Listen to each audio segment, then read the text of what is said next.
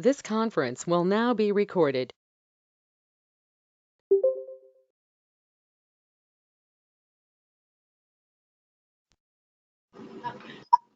We start the recording now, and the meeting will start sharp at 9 o'clock. Thank you to all. Come here.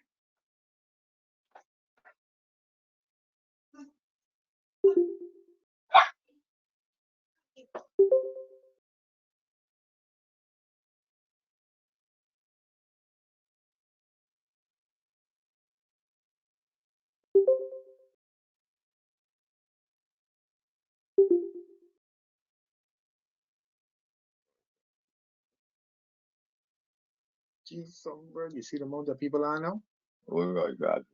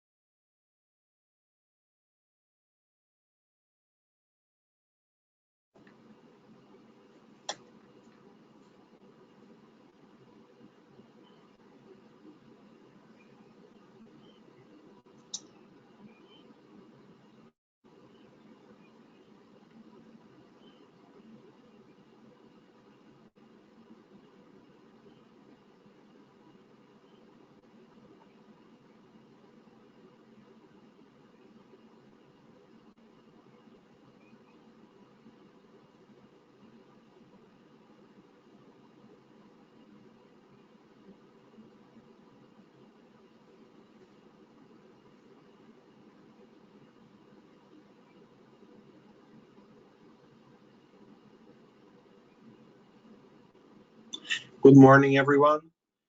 It's 9 a.m., June 23rd, 2020.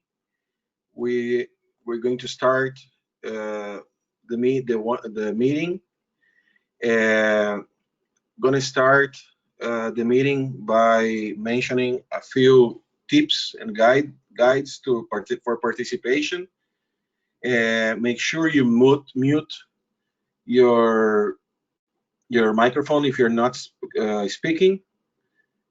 Always respect every participant, either when we're speaking or through the chat, like we always have been doing. All comments will be recorded. Any participation is going to come through the chair. Please, you have to request for a turn through the chair using the chat. Talk to the point, please. Let's do very comments that are very objective and to the point. Additional comments can be sent after the agenda item ends. If you need to make any important comment, please send an email to the Executive Director, Miguel Rolón, and to make sure that all the points and participation are received and recorded. Members of the public can have 5 minutes in the end of the agenda of each day of the meeting on the 23rd and the 24th. We're going to start now in advance with a big thank you to everybody for participating in a virtual meeting, and I'm asking for your support to make sure that this meeting run quick and smooth, and like we have been experiencing in the past with the examples that the DAP and the SSC and all the meetings ran, which they did a great job.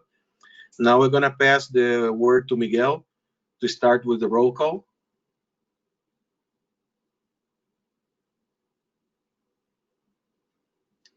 Thank you, Mr. Chairman. I will call each one of you and please say present, just that. Start with myself, Miguel Rolón, present. Natalia Perdomo.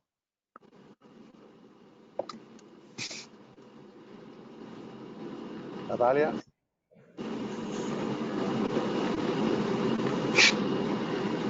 Graciela García Moliner.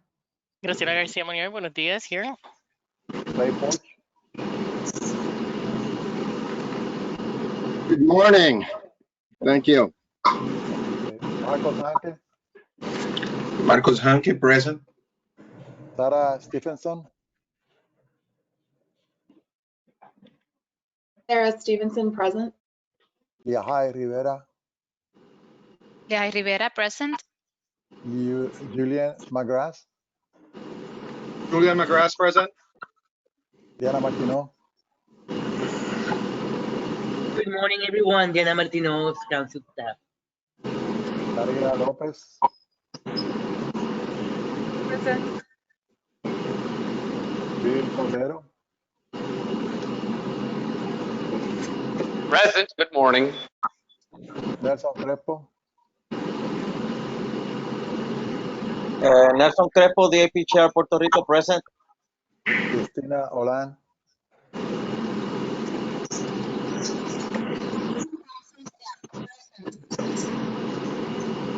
John McGovern.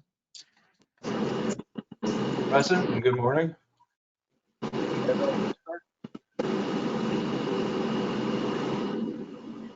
Miguel, please repeat. I couldn't hear what you say. Edward Schuster. Okay. Edward Schuster, present. Vanessa Ramirez.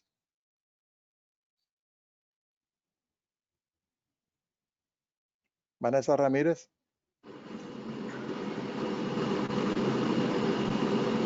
Howard Forbes. Present. Carlos, I guess it's Archete. Present.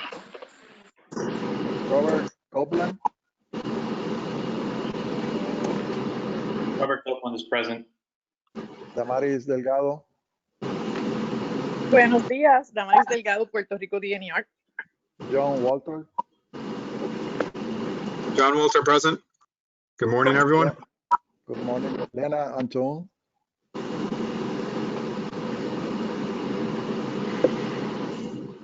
Elena, will you repeat again?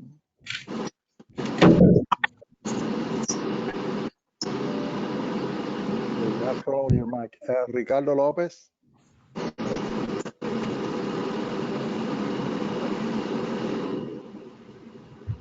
Ricardo Lopez. Ilse Sanders. Which is really Rich Appledorn as the C chair. Oh, she have a new voice. Kyle. Nicola.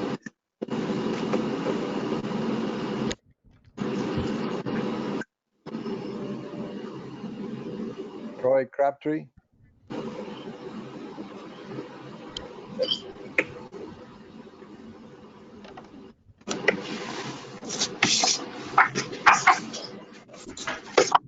Troy Crabtree.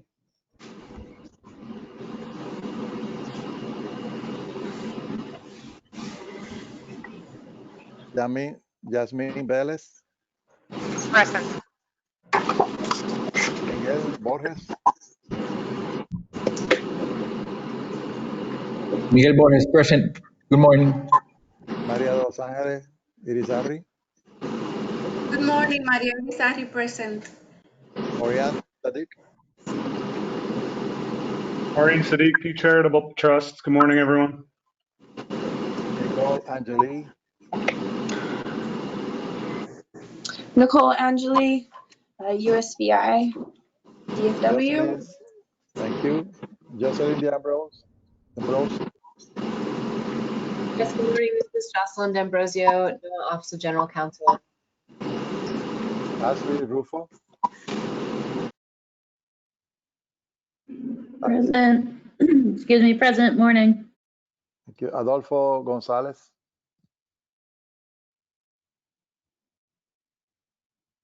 Adolfo Gonzalez.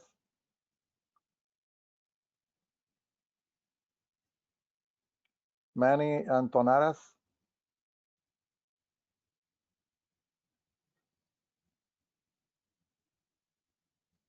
Manny Antonaras.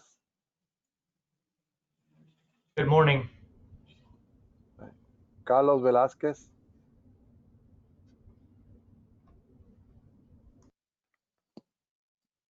Carlos Velázquez, and Commission Official. Kathy Siegfried. Good morning. This is Katie Siegfried, Southeast Fisheries Science Center. Adrián Rios. Good morning. This is Ariane Rios, Southeast Fisheries Science. Mr. Chairman, I believe that Tony Blanchard is with Julian. Tony, can you identify yourself? Tony Blanchard, Vice Chair. Thank you. Miguel, Mr. this is Chairman. Roy. Did you hear me? I am on. Okay. Yeah, I hear now. Okay, great. Morning. So those are the people that we have in the roster here, Mr. Chairman. If somebody comes in, I will let you know. Mr. Chair, Vanessa Ramirez is online. She's having audio problems, but she's listening to you. Okay. Vanessa Ramirez. Perfect. In the meantime, the ones that have audio problem, please write on the chat that your situation, just for us to have a list of people and attendant, you know, the list the most clear possible. Thank you to all. And one thing that I miss on when I open the meeting is that if the meeting have any technical problem, myself or Miguel Rolón, we're gonna ask you to restart the meeting to log off and log in 10 minutes. Please, can you explain that, Miguel? Yes. If the GoToMeeting crashes, the technical advisor from GoToMeeting told me to stop the meeting for 5-10 minutes. So what I will do, I will close the meeting to everybody for 5-10 minutes and open it again. So just by default, if we have a crash, wait for 10 minutes and I will open the meeting again. Thank you, Miguel. Marcos, Miguel, Yeah. this is Roy. Question. Yes. Is there a way to raise your hand on this meeting, or what do we do if we want to be recognized? Yes. For participation, you're gonna use the chat, just asking for a turn or put a little emoji hand, or to participate. We're gonna be paying attention on the chat, either myself and Miguel with the staff, the co-organizers and Miguel. All right. Just write turn to speak in the chat. That's clear, Roy? Yes. Thank you. Any other comments? Mr. Chair, you also have a number of people that are telling us that they can hear us, but they cannot speak for whatever reason. So you do have Natalia Perdomo, Adolfo Gonzalez from Caricus. Tony Blanchard just asked for a time to a turn to speak when you come to the agenda. And I think that's what we have in the chat right now. Thanks. Okay. I will pass. I will give the turn to Tony in a moment. I just want to go now to the adoption of the agenda and to make some changes. Marcos, excuse me, you have to open the meeting, say the date and the hour. Yeah, I can do it again. I did it at 9 o'clock sharp, which is June 23rd, 2020. Right now is 9:11 a.m., June 23rd, 2020. This is the 169 CFMC virtual meeting.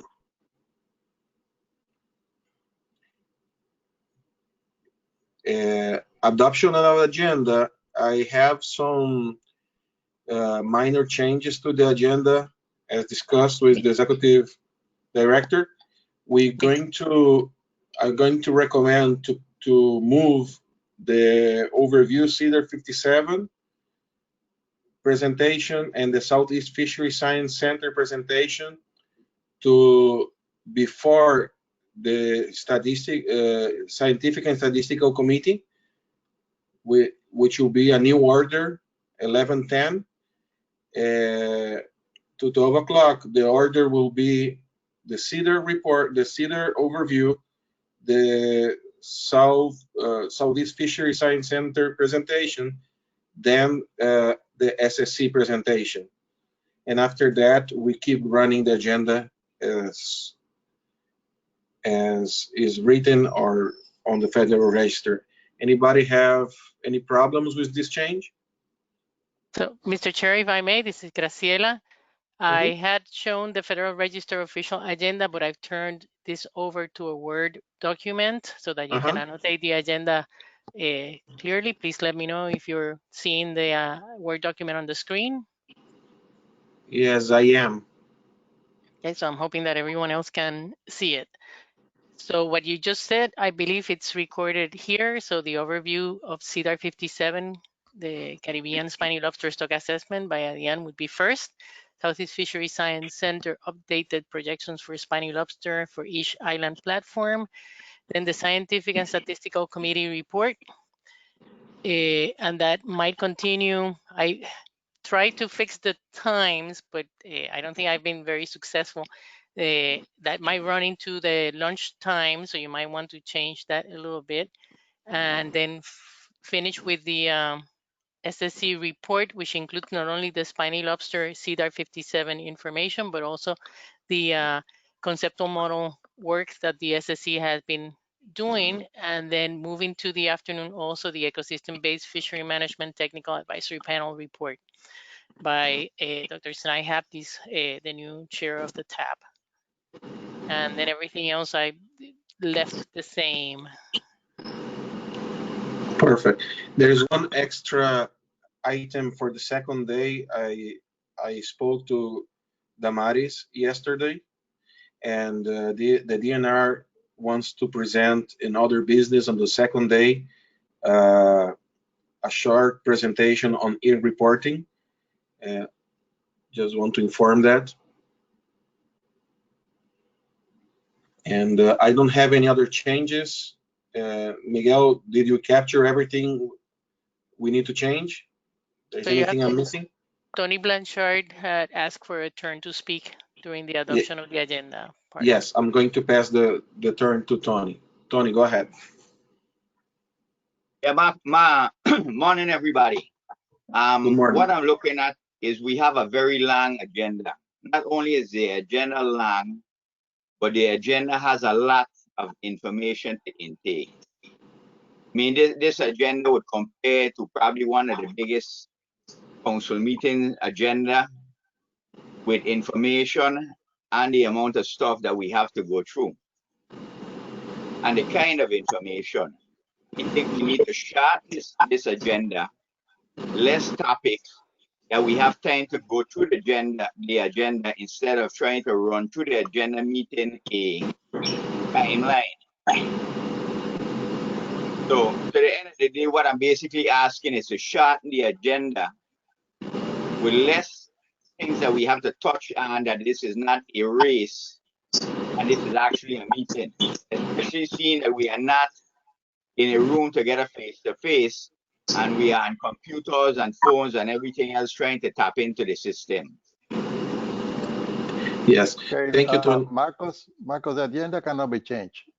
Yes. So you have the task that you have is to make it work. And then we have to stop at when we get to the time that is supposed to switch to another agenda item, you stop, and anybody has any comment, have to write the comment. You may not be able to finish some of the articles in the agenda, but you can put it back in the August meeting. But you're already losing 16 minutes of the agenda, so go ahead. And I have a request.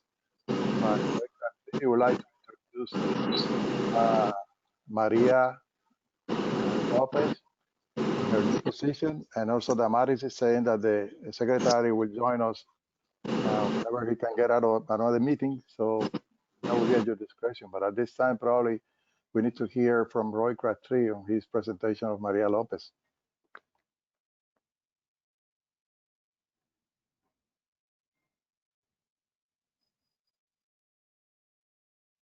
Roy?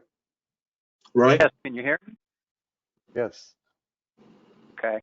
Yeah, I wanted to announce that Maria Del Mar Lopez has been selected as the new Caribbean branch lead for the Sustainable Fisheries Division at the regional office. I think all of you Maria, and she'll service the go-between between the regional office and the Fishery Management Council, and take on many of the same job responsibilities as Bill Arnold did. And she'll also serve as my designee on the council and be able to vote on my behalf when I have to step out. Maria has a master's degree and a bachelor's degree from the University of Puerto Rico. She's worked on Caribbean fishery issues for more than 13 years. This includes serving as a fisheries biologist in the Caribbean branch since 2011, as well as working for the Puerto Rico Department of Environmental and Natural Resources on marine resource issues as a NOAA Coral Management Fellow. And I know that Maria will be a great asset to the Caribbean branch in her new position, and she'll continue to maintain a strong, positive relationships with everyone in the Caribbean Council and with the Caribbean Council staff. And I just want all of you to know that I'm committed, my deputy Andy Strelchak and Jack McGovern, we're all committed to maintaining a strong presence in the Caribbean and continuing to participate at a high level at all of our council meetings. So join me in welcoming Maria into her new position. Welcome, Maria. Go ahead. You have the turn, Maria. Thank you, everyone. Thank you, Roy. I am very pleased to continue to be serving you in this capacity, and my phone is always available for you, and I am really looking forward to see you all in person soon. So I am based in the St. Petersburg office, and I have in previous occasions I have shared with you my information, my cell phone, and everything. So if there's anything that you ever need, please feel free to communicate with me. And I'm looking forward to continue the work with you. And thank you for the opportunity. Marcos, you have a clay portion. Yes. Before that, I just want to say that I'm very proud of Maria Lopez and Diane Rios, two young ladies from Puerto Rico who has reach levels in the National Fisheries Service that are really outstanding. Excellent. And I believe that Clay would like to talk about John Walter at this time. Clay. Yes, good morning, everyone.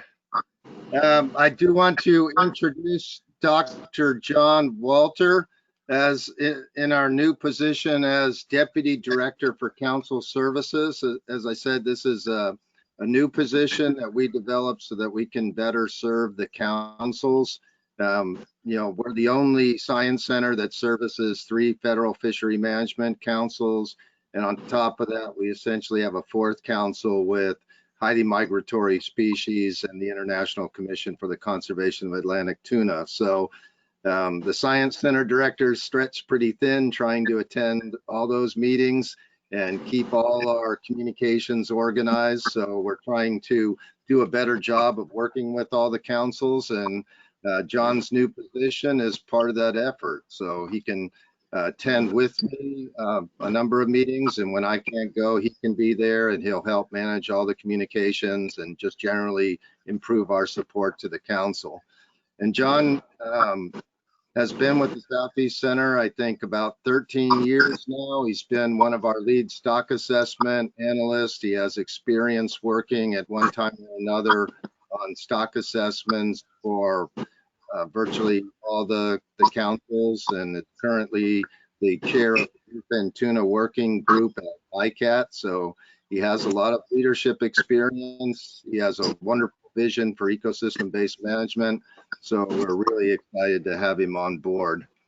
And while I have the mic, I would be neglectful if I didn't also introduce Dr. Katie Siegfried, who is the new Gulf and Caribbean branch chief for the stock assessment group. And Katie has been working as a lead analyst for many years out of our Beaufort laboratory, working with the South Atlantic Council. And before that, she worked with HMS Sharks.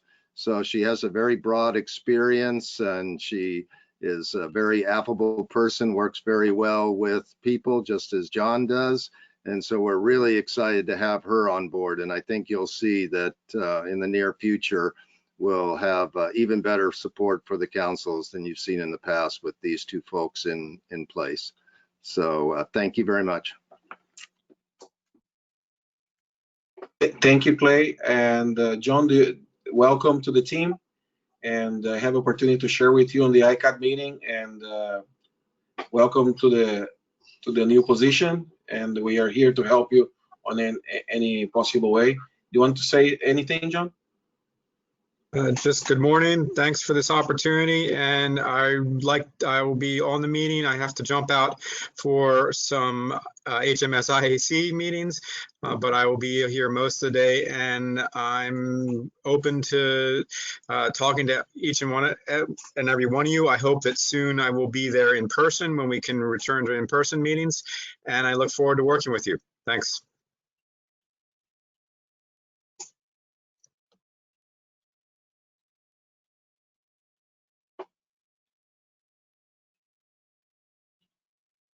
So, Chairman, you need a motion to adopt the agenda as you mentioned before. Yes, you do. Yes. Please be aware that the times might change a little bit. I heard from Damaris that the secretary is not available yet. So these are tentative times that I've annotated in the agenda. But the chair has the authority to be flexible. So with that Yes. caveat, just adopt the agenda and move on. Yes, I would like a motion to adopt the agenda. Carlos Fachadi, so move. Any second? Roy Crabtree, second. The agenda was, the motion was from Carlo Farchetti, second by Roy Crabtree. Any opposition? The agenda is approved. Next item on the agenda, it's the consideration of 168 council meeting verbatim transcriptions. The floor is open. Any comment?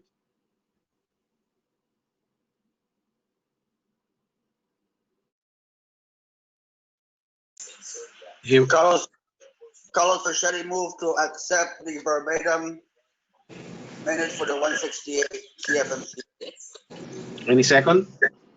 Nicole Croix, Angeli. Tony Blanchard. Second. Nicole Angeli, second. Motion by Carlos Farchetti. Anybody in opposition to this? Hearing none, it's approved. The verbatim for 168 council meeting transcriptions. Next item on the agenda is the DNR Puerto Rico participation. We are expecting him to arrive anytime soon. We're going to leave that on hold up to now, and we're going to pass to the executive director report.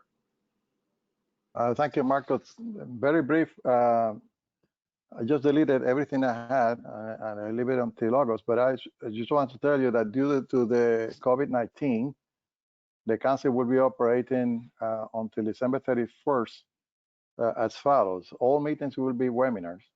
The staff can go to the office on groups of 3, and we separate the week according to those groups. But everybody will be teleworking and or a combination of council office work. The visits to the building are restricted. So if you want to visit the office and you have a coordinated meeting, let's say with Graciela or myself, we need to advise the building operator in 24 hours in notice in advance that so-and-so is going to be visiting the office, and that goes for providers and everything.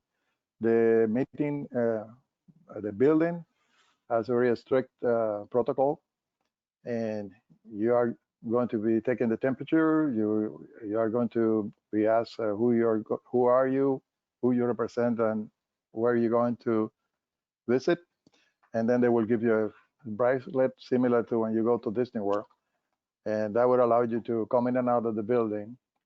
However, every time that you come back to the building, you will have a temperature check again. So from here to December 31st, that's the way we are going to operate. In 2021, we may be able to open if the staff has a vaccine, we have a good medicine for COVID, and or the 70% of the population already have the COVID and surpassed the pandemic to become an endemic disease. So those are the measures that we have taken. In addition, in order to comply with OSHA and Puerto Rico local laws, we have a COVID exposure plan that dictates the way that we are going to operate at the office, and also it states that the Caribbean Council exposure level is from moderate to low. Unless you have a meeting with more than 10 people, then the exposure is high. And that's why we are going to operate the way that I just mentioned. We are following the executive order of the governor of Puerto Rico. So as you know, for the next 2 weeks, they have special conditions. The lockdown is open, but you have a curfew after 10 o'clock until 5 a.m. And there are some expected changes that can occur in 2 weeks. So that's all I have, Mr. Chairman, at this time. Thank you very much, Miguel, for your report. And the next item on the agenda, because we're skipping the Secretary of DNR participation, we're gonna go straight to the overview of CEDAR 57 Caribbean Spiny Lobster. Mr. Chair, if I may, Graciela here. At the end, do you want to be the presenter, or do you want us to run the presentation from here? I will show the presentation on my end. Thank you. So okay. I think we just need to have the screen shared. Let me make you the presenter. Hold a second, Adia. No problem. You are the presenter now. Great. So quick, you see the cover screen? Yes. Awesome. Let's get started. Good morning, everyone. My name is Ariane Rios. I work at the Southeast Fisheries Science Center, and I was one of the lead analysts on the CEDAR 57 spiny lobster, which we'll be having an overview of this morning. Let's get that to click. There we go. Okay, so stock assessments, let's go just to make sure everyone's on the same page, just a little bit about background about stock assessments. Stock assessments use models and data to determine if fishing yield is sustainable and to determine if stock size is above or below the level that can provide MSY, maximum sustainable yield. They are also used to quantify uncertainty in the status of the stock and to provide management advice for optimizing resource utilization. So what do we mean if fishing yield is sustainable? Sustainability. I like the analogy, think of a bank account where if you take out more than what goes in, the account will decline. But if you take the same amount by which the account is growing, then the account will just stay the same into the future. And you could do that sustainably. Using stock assessments, we can ask if current rates of harvest would cause that, you know, our fish account to decline, increase, or stay the same.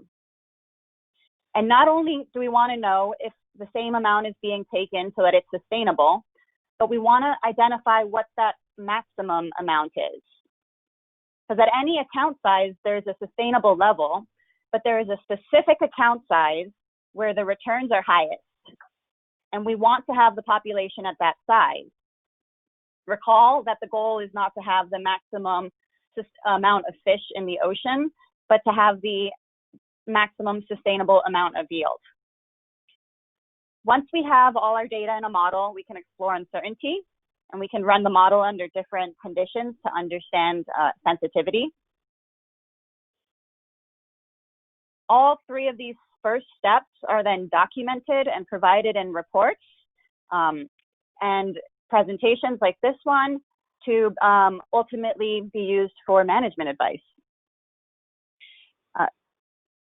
The assessment we're reviewing today was developed through the CEDAR process. That is in this diagram showing how NOAA Fisheries participates in this process. So this report initiated it from the Southeast Data Assessment and Review process. This involves a data workshop where all the data inputs are reviewed in depth, where we look at maximum and minimums, where we look at the individual years of information, and as well as other information available. Then it goes to the assessment workshop and then the peer review, and all of that gets documented in the stock assessment report, which comes to you through the SSC and to the council. Today, we were just going to be doing an overview of that stock assessment report.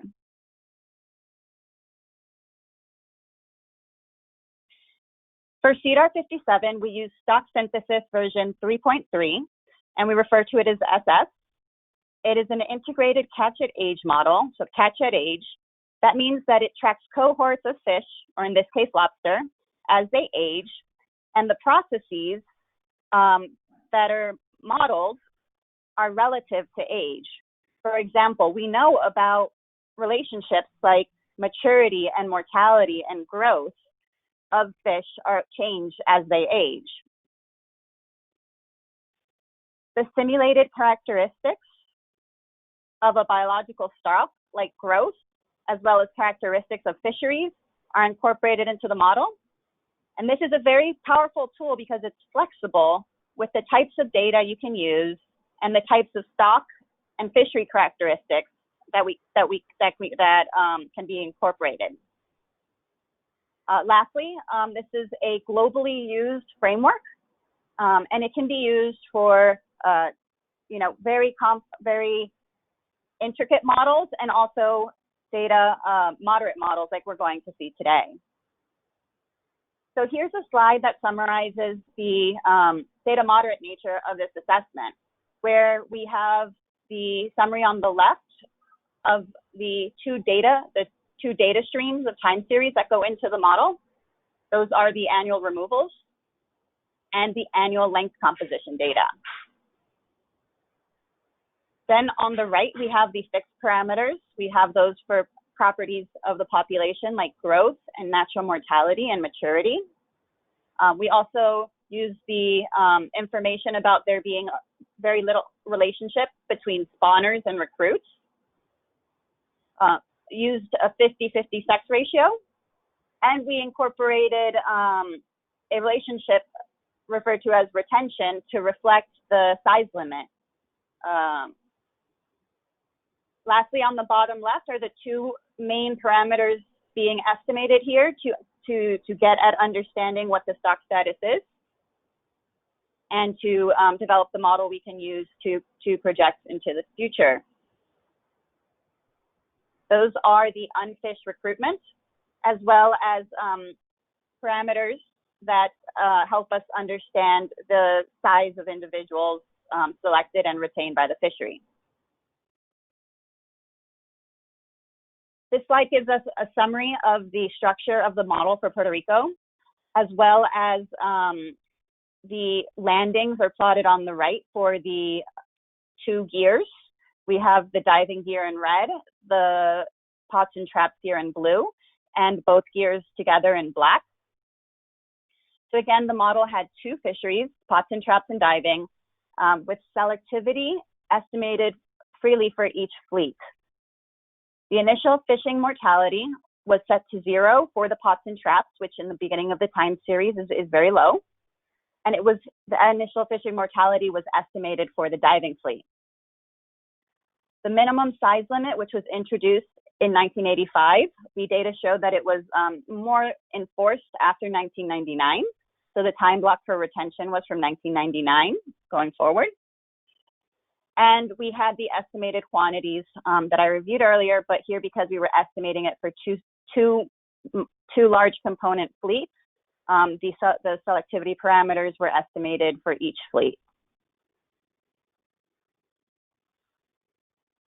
Here is the summary of the model structure for St. Thomas. And we see that St. Thomas is mainly a pot and trap fishery. The model still had two fisheries, pots and traps and diving. However, selectivity was only estimated freely for pots and traps, and kept the same for the minor component of diving. The initial fishing mortality was set to 0 because it was so low in these initial years.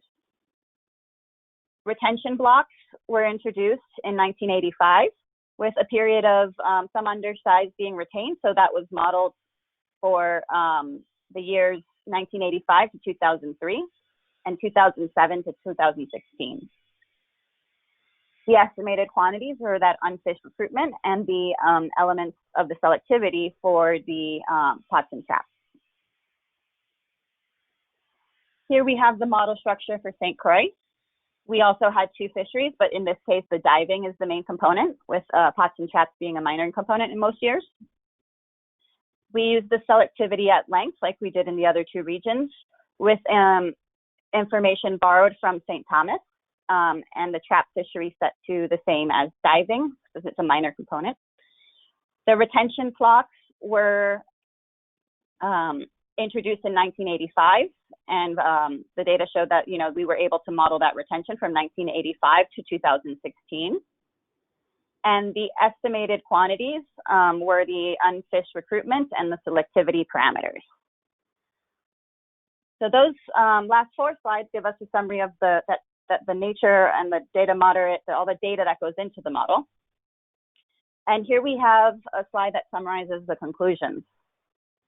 So first, we'll focus on the table on the left, and the rows highlighted in yellow. So the rows highlighted in yellow are calculated off of the rows above. And essentially, the conclusions of not overfished and not overfishing for 2016 are what we see in these two rows highlighted in yellow.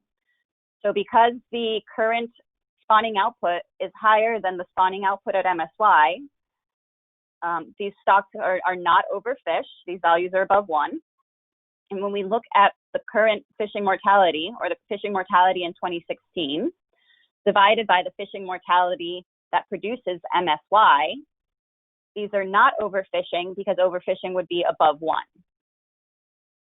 Another key output from the assessment is the estimated MSY at equilibrium.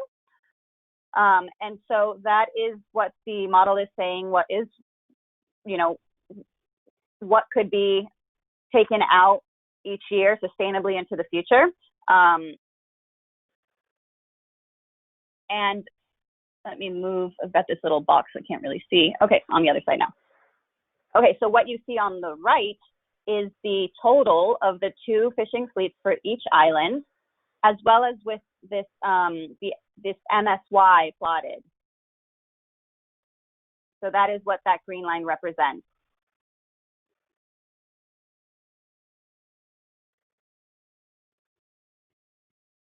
Okay.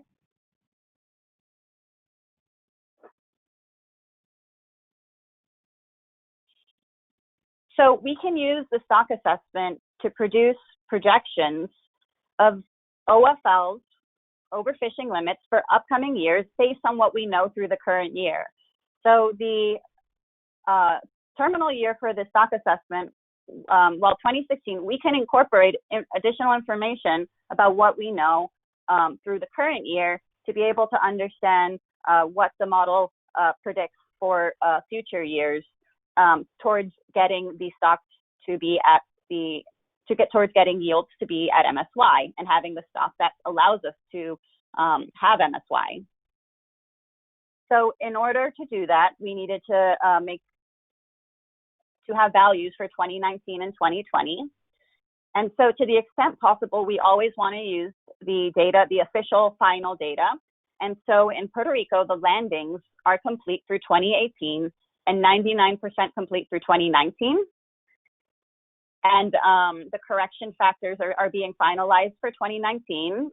And so for now, 2018 is being used, those correction factors. In St. Thomas and St. John, and in St. Thomas, St. Croix, and in the U.S. Virgin Islands, landings are complete through 2018. The 2019 data only currently included records through early September.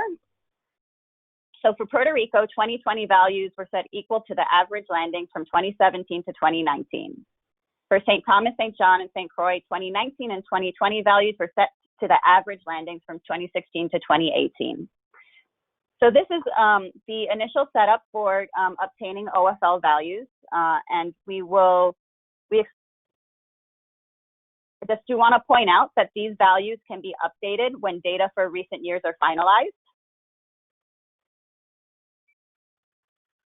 And here are the OFL estimates that result from that from using those current values. So OFL was projected from 2021 to 2026. We have those for each island. And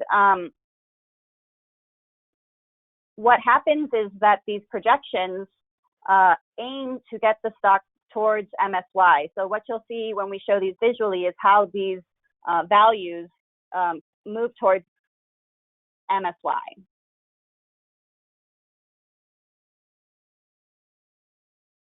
So moving on from OFL, we also estimated ABC for the SSE. And ABC is lower than OFL. OFL, of course, the overfishing limit is overfishing is occurring when catches exceed this level. And this level is the one that should allow you to achieve MSY in the long run. ABC is the catch reduced below OFL to account for scientific uncertainty. So OFL comes as an estimate, but there can also be a window around which that actual value might be. And the probability of risk is a way to reduce the risk of overfishing. Using the P star with a sigma value of 0.5 recommended by the SSE, so using P stars that range from 0.4 to 0.45, we have tables that show what the ABCs would be for each year. So these tables in these presentations have the OFL by year, as well as the ABC for the different P stars. We have that for St. Thomas, St. Croix, as well as for St. Thomas and St. John, as well as for St. Croix.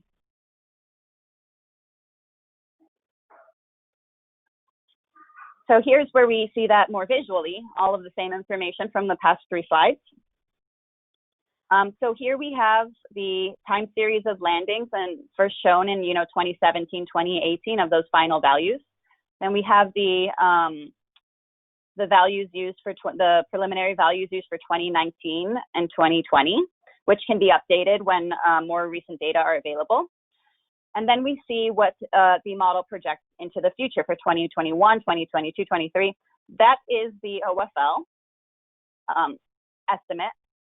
And you see that that converges towards the MSY as intended, the projections intend to do to get to that MSY level.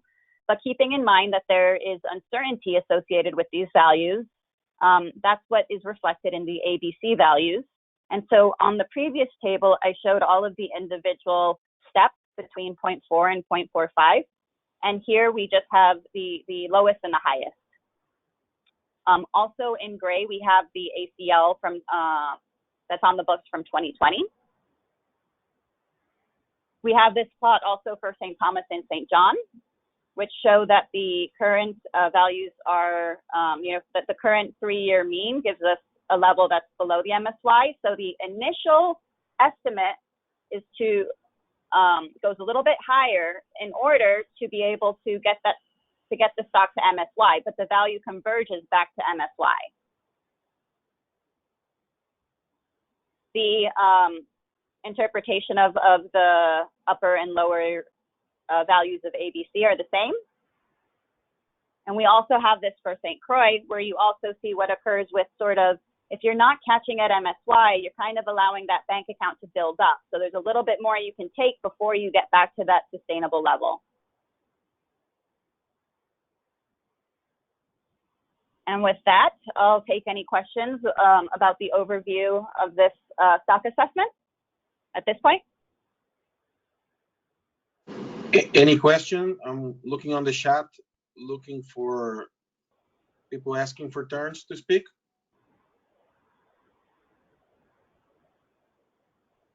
Also, Marco, before they speak, we need to have their name for the record. Yes, everybody, please state your name before you have your turn for the record to be clear. Thank you. Tony, you have the turn now. Yes, Tony Blanchard. Why can't the P star be at 4.8, 4.9? Why does it stop at 4.5?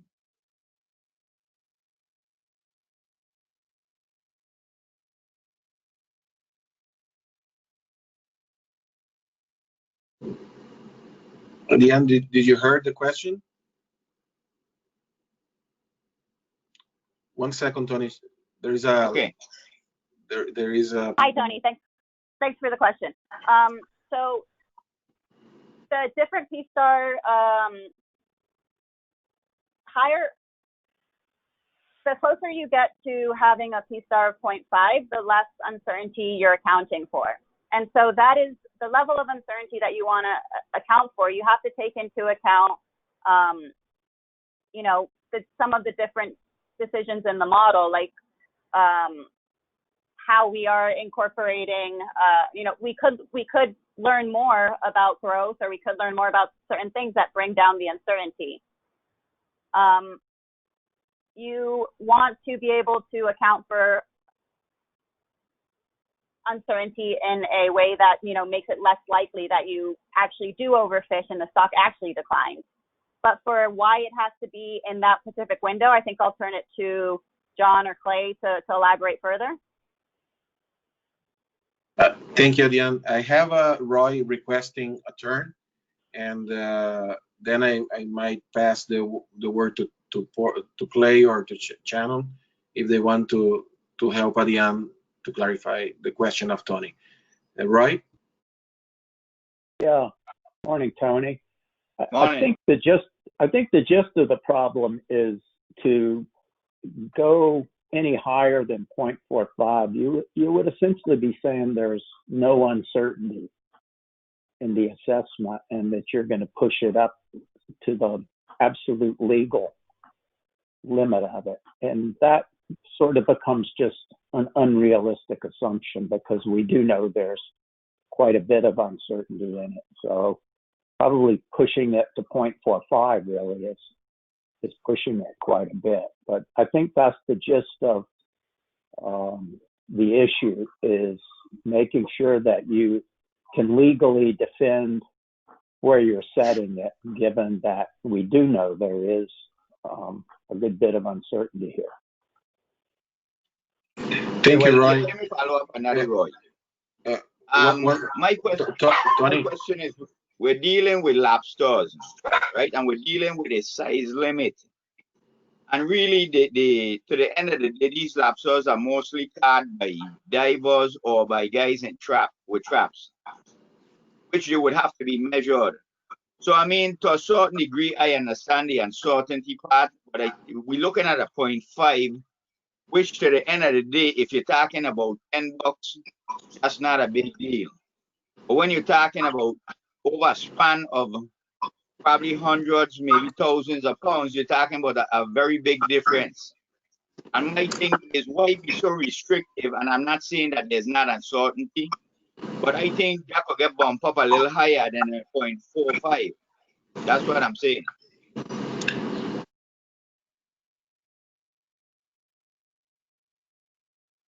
Marco, you have Clay Porsche like to address the issue too? Yeah, I just did. Sure.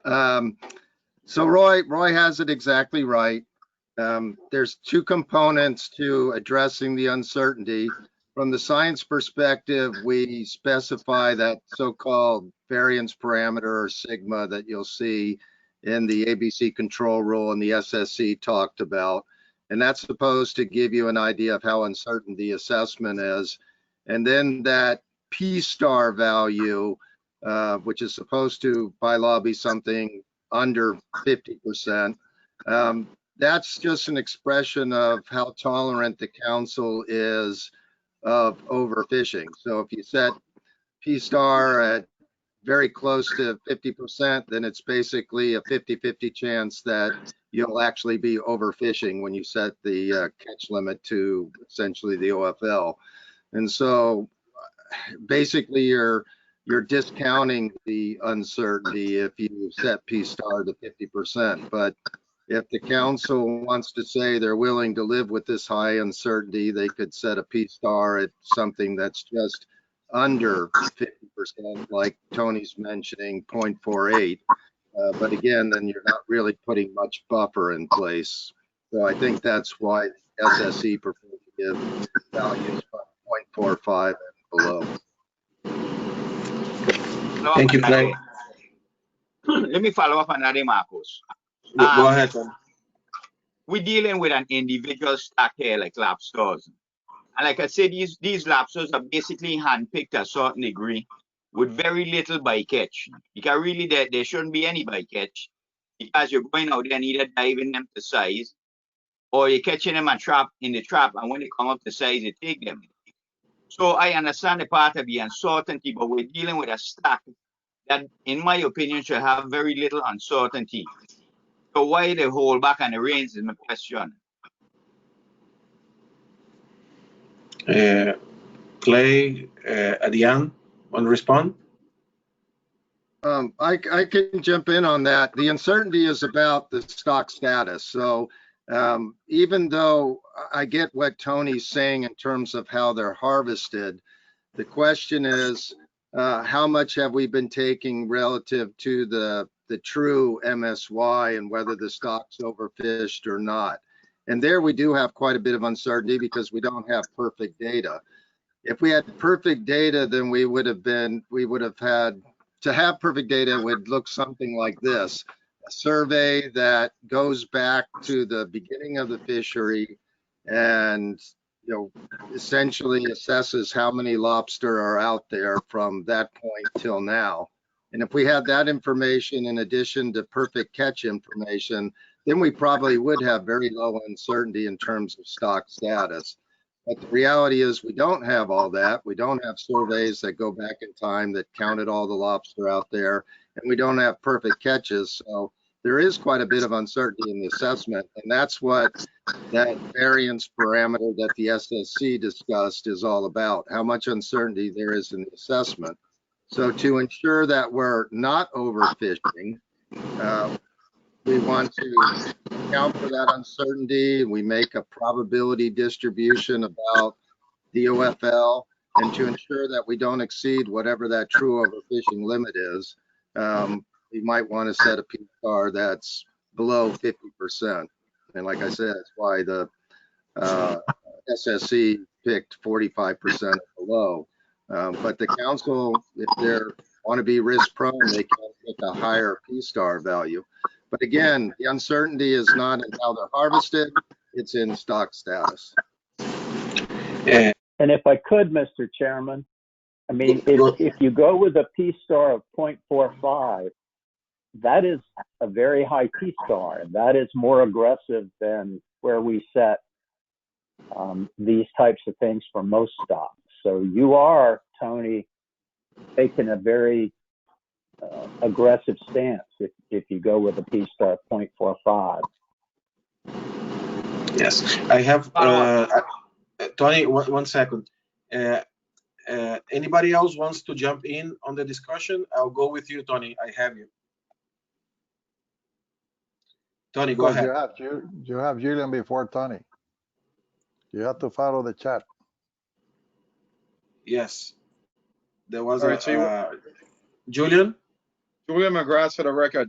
Okay, well, I was part of the whole process of CEDA 57, and you know, I'm a little concerned with the outcomes, the final outcomes here presented in this presentation, because from all of the meetings that I sat in, including the SSC, not the previous one, but the one before that, showed that our lobster numbers should have been way higher than where they at.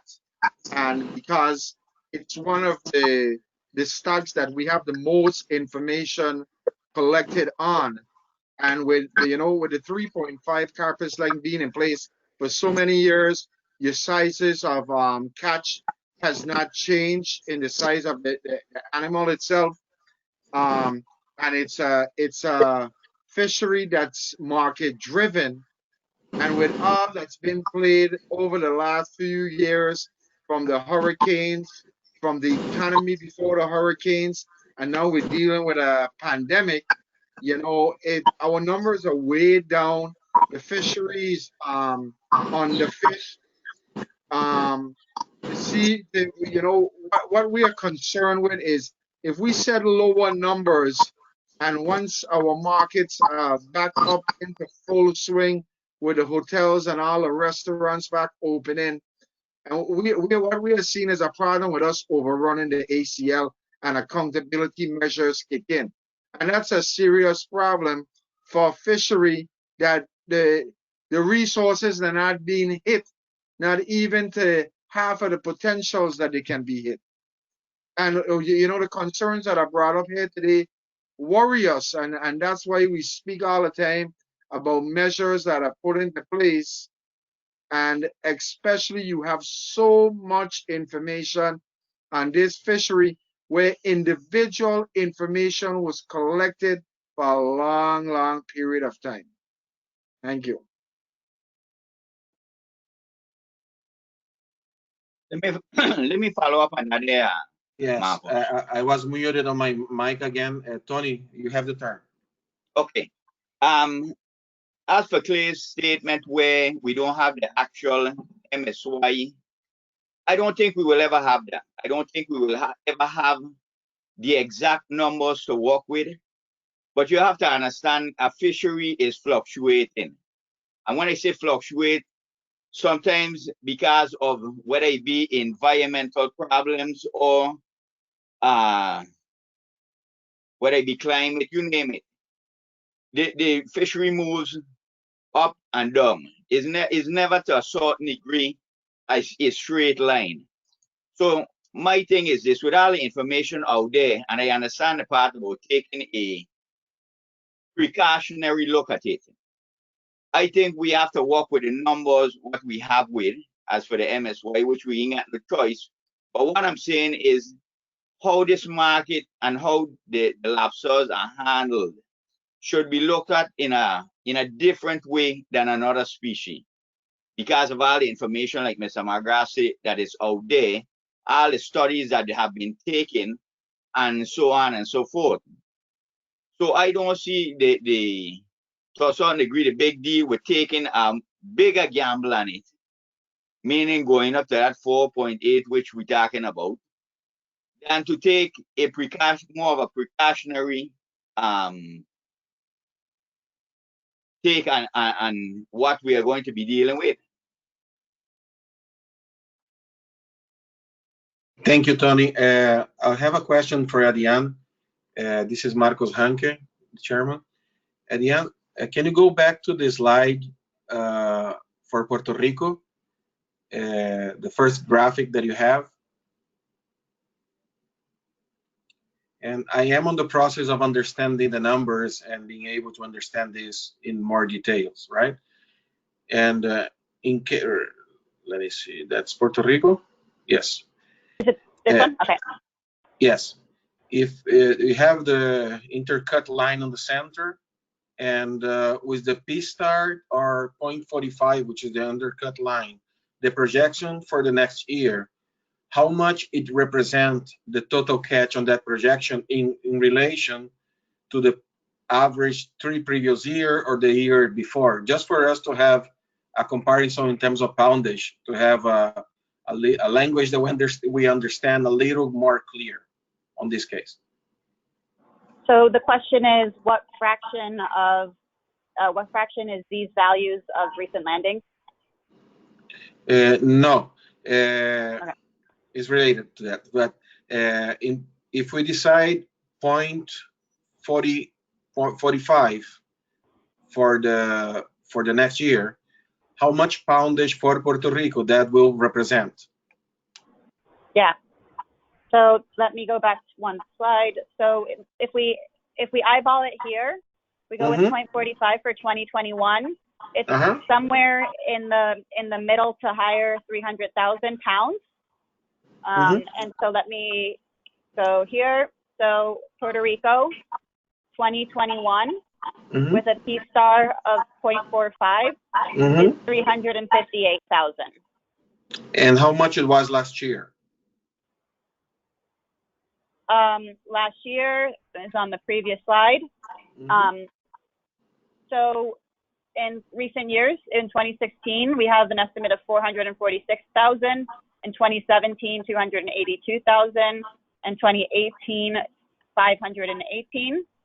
And so this is what the 647 and 482 are the preliminary values for what they were in 2019 and 2020. And that's also shown in this plot right here, where you have those recent estimates as well as the time series in black.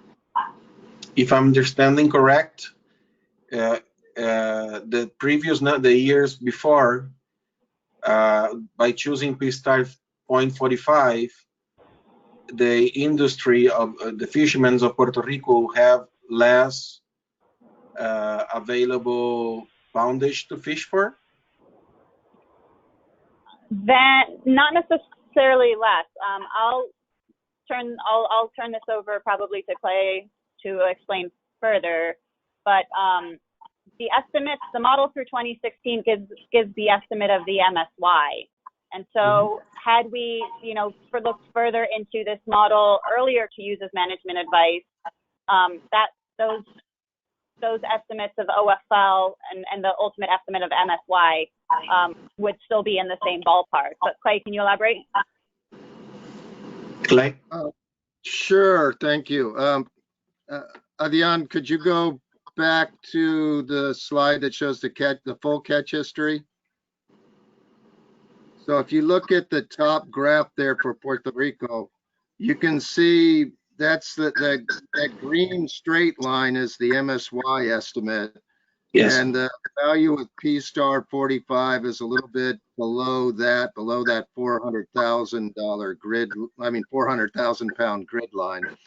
And what you can see is the average landing for Puerto Rico before 2016 are about at the level that corresponds to P-Star at 0.45. I mean, you have a few cases where they were up in the 400,000 pound range, but most of the time they're around 300,000, maybe 350,000 or so. So right there at the P-Star 45, it's only in the most recent years where we do have some uncertainty about the expansion factor, where the estimates are up around 500,000 pounds or even 600,000 pounds. So it was surprising to us at first that during or post-hurricane that we are getting such high landings, although I understand that some of the fishermen have confirmed that landings have been particularly high in recent years. But the bottom line is the P-Star, the value of ABC associated with P-Star 45 is pretty similar to the average catch all the way back from 2015 through the 1990s. Thank you, Clay. And on the same line, for me, it's exactly what you explained is very important, because with the fishermen of Puerto Rico performing the way they have been doing historically, that number is something that proven, in my view, proven to be not harm to the stock of the lobster. We have a sustainable lobster fishing performing on that level. And this is the only comment I want to make. Close to the higher poundage on the P-Star 45. I would like to, I'm going to check here in the chat. Anybody else would like to, let me see here. Anybody have a question? Hearing none. Next presentation, Adian.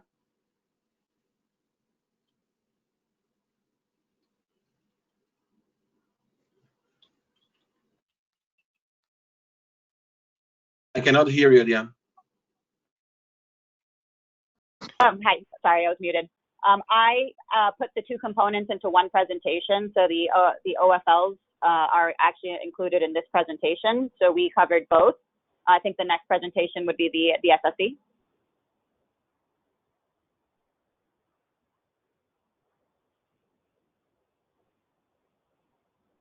So the next item on the agenda.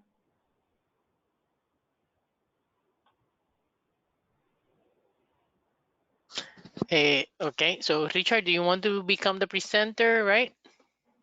Yeah, I want to try that. Okay, but you do have a couple of things in the chat. One of them, I don't know if Carlos wants to comment because it just says his name, and I don't know if it's Carlos Velasquez or Carlos Farchetti who's asking for a turn. And then Vanessa Ramirez has a comment. Do you want me to read it out loud for the record? Yes, go ahead, Graciela. Okay, so Vanessa says that data from the 2016-2018 should not be used, have a big issue with commercial fishermen that don't fill reports and lose their license. So better number is 2019. And with the new tools of e-reporting, better education on the importance of the information that they give, and now better access to real data from commercial fishers, definitely those numbers will go up. We have sustainable lobsters and many juveniles. That was Vanessa Ramirez's comment. Do you have another comment from Carlos, you say? Well, it just says Carlos, and I'm wondering if that's... Okay, so there you have him. Okay. Next presentation then. Hello. Hello? Hello. Carlos? Go ahead. Carlos. Oh, yeah. Actually, all I wanted to comment is that the bottom line here for St. Croix, and I guess since we're moving into island-based fisheries plans, I really want to emphasize the comments for the St. Croix district. because the fishermen, when I go speak to them at the fish market or wherever they sell, they don't want to hear about Sigma or P Star. All they want to know is, tell me how many more pounds I can harvest from what I was harvesting before when we were just using estimated numbers. So if there's, you know, is it 197,000 pounds for 2021 or is it 130 something thousand pounds for 2021? And that way I can give them information that they want to hear. And I also want to say that, you know, we have to be careful where how much remove, or yeah, I don't want to see all of a sudden people start to export a species because they can harvest theoretically 50,000 pounds more. That's what I got. Thank you, Carlos. We have Carlos Velasquez requesting to speak. Carlos, very quick, please.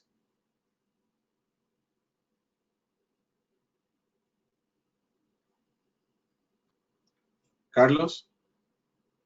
Yes, good morning, everyone. I'm Carlos Velasquez, President of Commercial Fishing on Nahuatl, Puerto Rico. I have a question for that. And this data of Puerto Rico lobster, these are the of pounds, is the all arts or the fishing traps, nets, and diving? Yes, for commercial.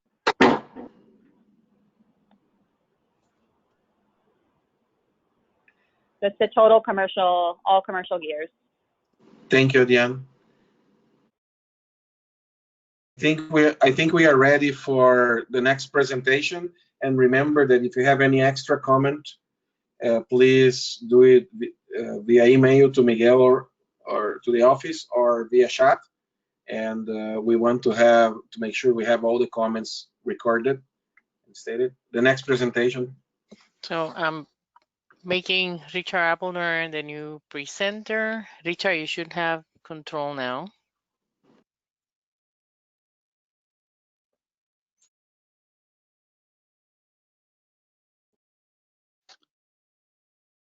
As soon as I can figure out how to put this on. That one, yes. Go ahead. Yeah, there we go. There you go.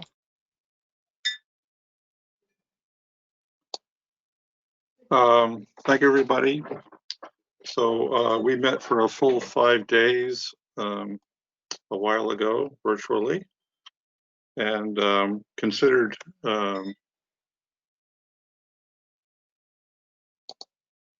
all right, now I need to know why. Okay. 2 major items, CEDAR 57, which is what I'll talk about first, and also the where we are with the conceptual ecosystem model.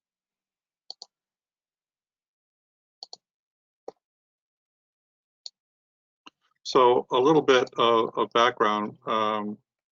We had proposed ABC control rules that are based on 3 tiers, and those tiers are based on the sources of information available. And those sources are catch data, size or age composition, and some kind of index of abundance. And in tier 3, which was data rich, we had all 3 sources that were available. In tier 2, data moderate, 2 of the 3 sources were available. And tier 3 was data limited, only 1 source was available. In actuality, the assessment that the Southeast Center conducted actually had 2 of these sources. It had the catch data and some size composition. So technically, that sort of meets a tier 2 requirement. However, we felt that the spiny lobster assessment really is one that we'd like to keep as a tier 3 rather than a tier 2. And the reason for that is because following discussions with the Science Center, although we have two sources of information, the amount of uncertainty in the reliability of that data, and particularly the catch data,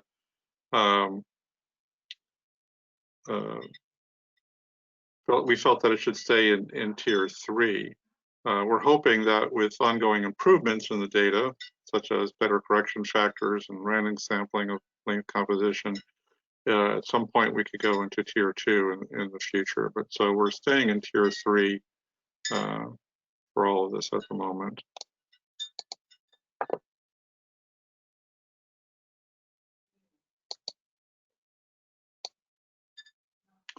So tier 3 control rule is what you're seeing on the screen.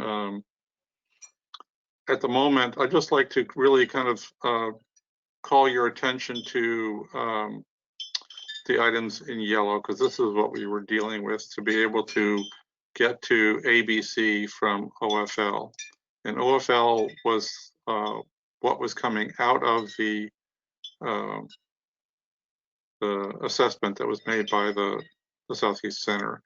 So we have a level of OFL, but this is going to be reduced by a buffer that includes scientific uncertainty and recepted by acceptable probability of overfishing. That's the P-star value that you were just talking about.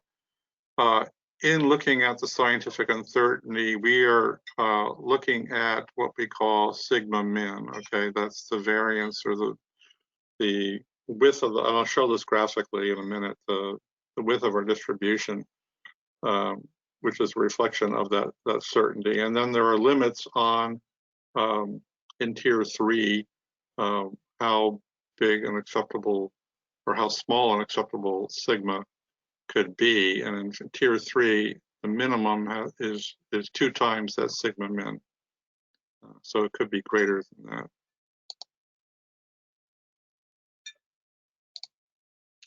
So just to put this in a more simpler context, where ABC is going to be equal to scientific uncertainty times the risk of overfishing times the OFL, or simply, you know, an equation as shown at the bottom. So to put this graphically, and this is not an outcome of the assessment, this is just this idealized hypothetical distribution. But the assessment gives us a distribution of OFLs. In other words, the assessments run many, many different times with various randomizations of parameters to control for things. And you get a distribution, and that distribution of OFLs looks like this. And that distribution is defined by a mean or a median, depending on whether it's normally distributed or not, and a variance or a coefficient of variation. So that's the width, and the mean or median is what the center point is. And that's what we see here. The OFL then is defined as the median of this probability density function of the OFL outputs from the assessment. Sigma is a measure of the uncertainties, so width around that mean value. And I've shown you 3 examples here. The green one, which I showed you before, has the largest value as sigma, and then you have the red and the blue. And you might think of these as something where a tier 1, you'd have a very narrow range of variability, so you're fairly confident about your estimate. But as you go out from tier 2 or tier 3, you're getting less confident about where this value actually is.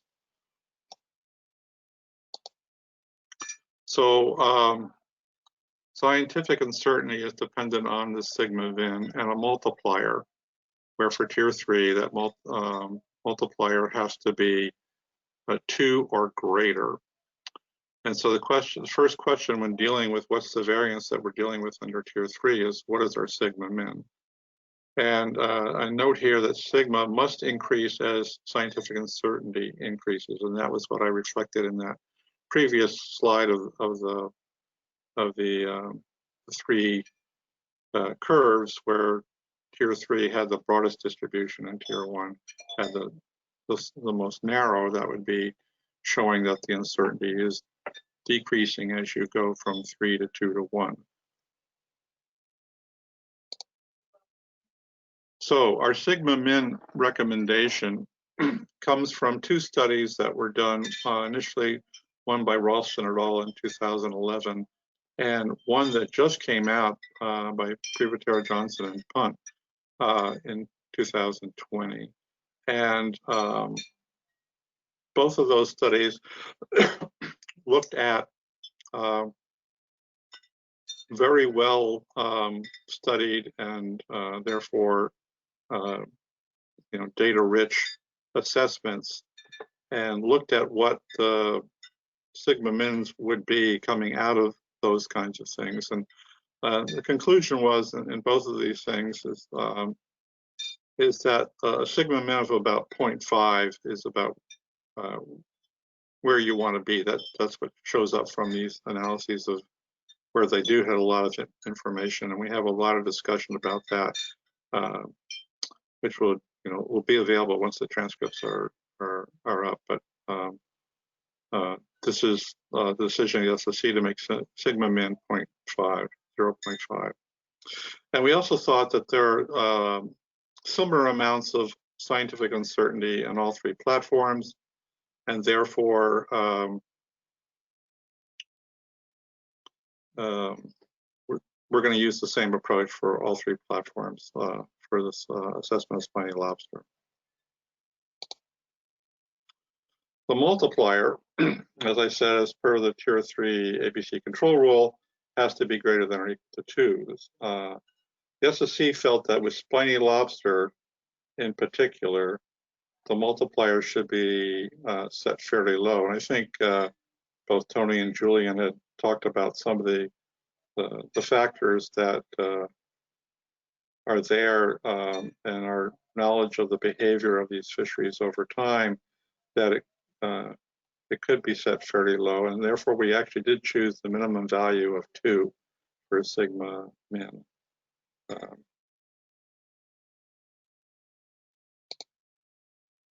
So the next step then, after we have sigma min and the multiplier of 2, is setting the ABC.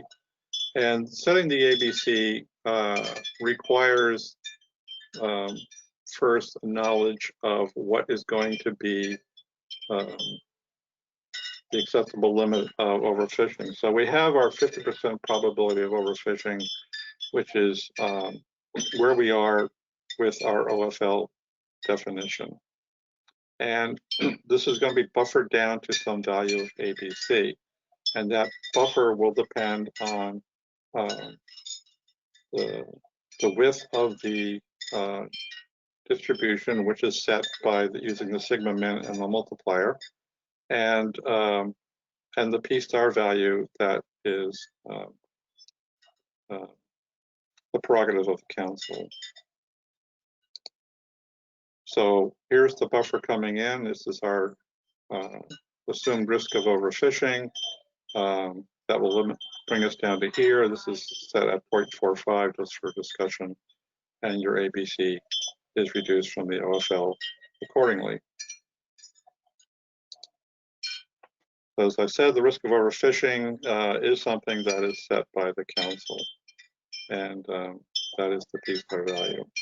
So when I talk about values, when we talk about 0.5, 0.4, etc., this is the scale we're talking about here. So if we were to go to 0.4, you're here, and you're coming over here and down here to get an ABC. Again, remember, this is a stylized graph. It's not the actual values for any platform. Just to illustrate how this process works. So the SSC, in their determination of sigma min and using the multiplier of 2, has set the width of this curve. And P star is going to say, okay, where on that curve are we going to be given the level of risk of overfishing we're willing to accept.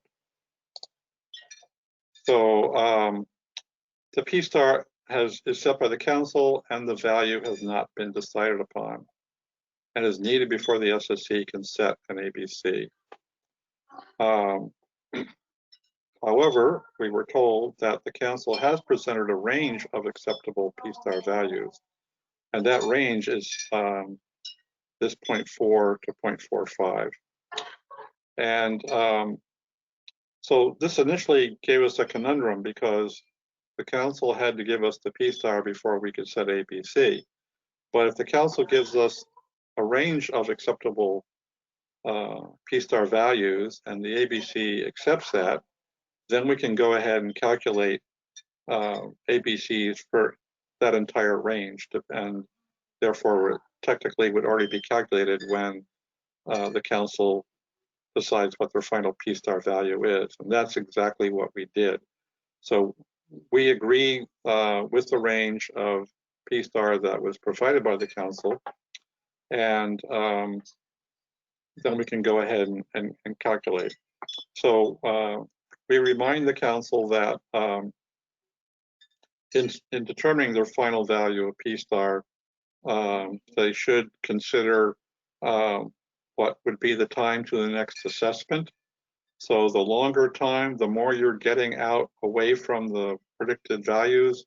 So you're going into unknown territory, and that would drive your P star down to a lower value, say the point toward the 0.4 end rather than the 0.45 end.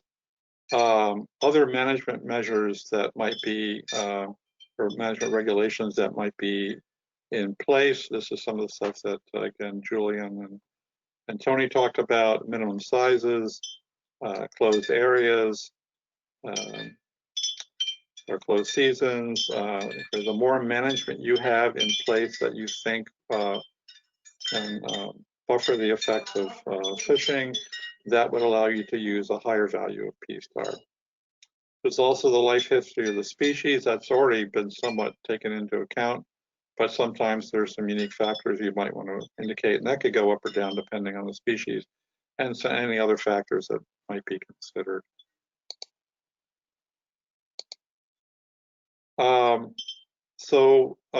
This is actually a summary of what Ariane had already told you. So we agreed to use a 3-year average of the most recent landings for the estimate of the landings in 2020, and then those are used to use a projection of potential future OFLs. They're different on the different Puerto Rico versus the Virgin Islands because of the data that's available. This is the explanation at the bottom, but this is the data that was available at the time that the SSC met, and so the most recent projections were used based on that. So the SSC developed then a table of ABCs over the range of P star values that was provided by the council, again, that 0.4 to 0.45 range.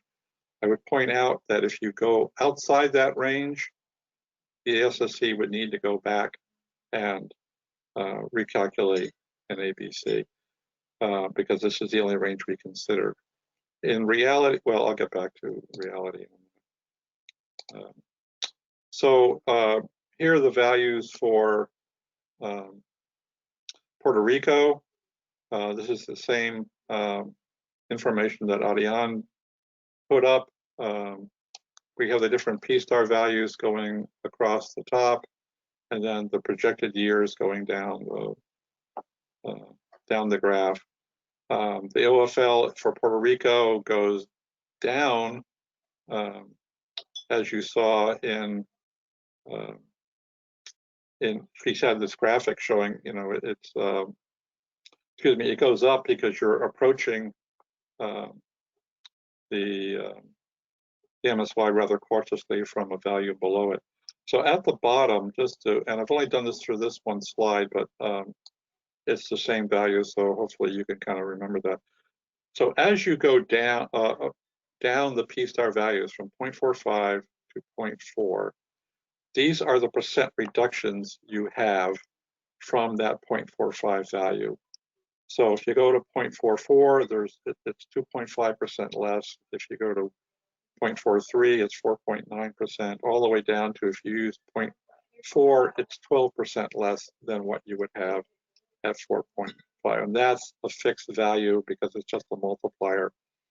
And so that applies to all the islands. Having said this, you are not supposed to say, this is where I want the landings to be, because that's cherry picking your P-star value. You are supposed to consider what the P-star value should be and then find out what your catch is. So these also mention are estimates, and there's reasons why those are going to change. But this is the current state. So that's Puerto Rico.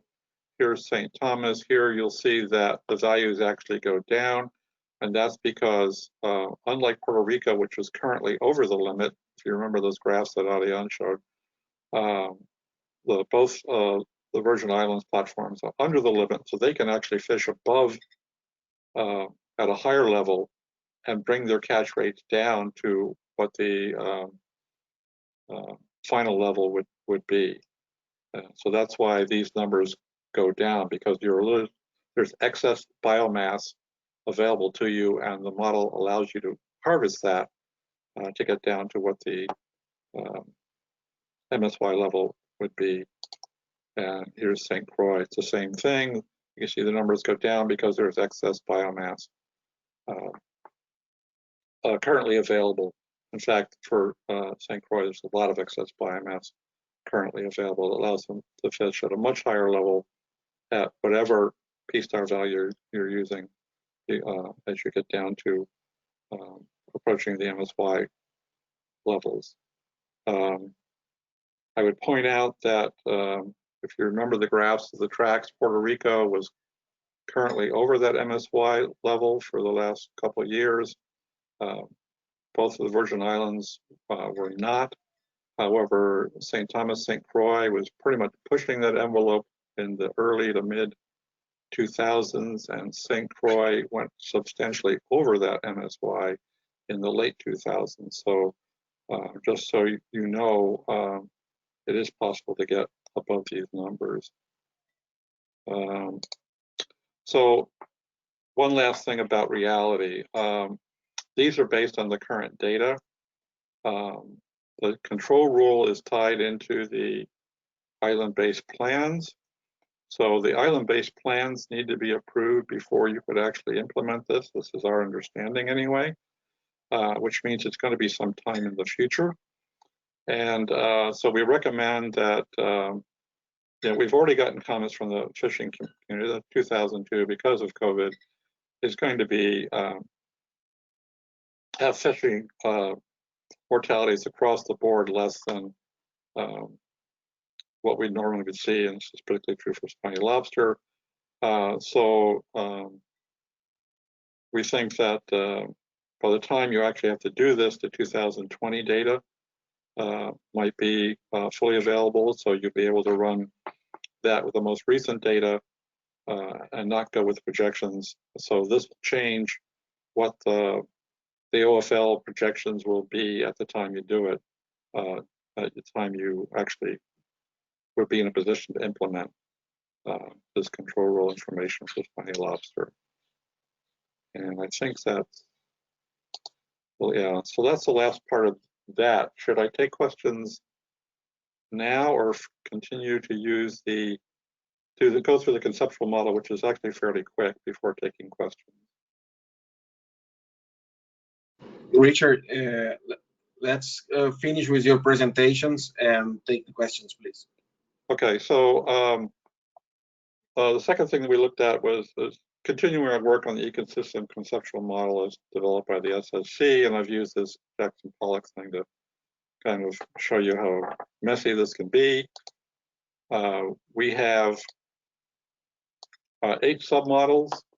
These submodels have various number of components, and so I've listed here what the 8 submodels are and the number of components in them.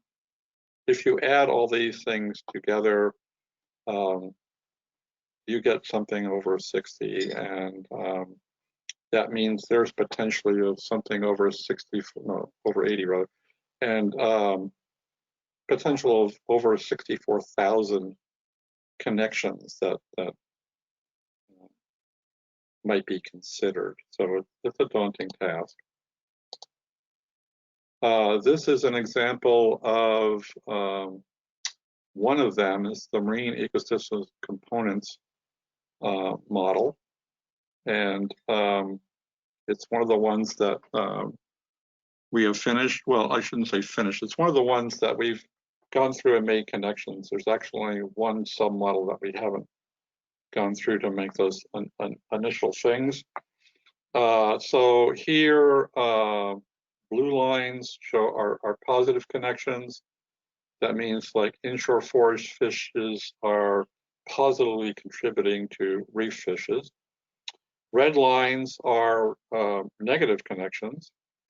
So reef fishes decrease the population of inshore forage fishes. So there's a mutual feedback there. The thickness of the lines is indicator of the strength of those. And we rank those as low, medium, high.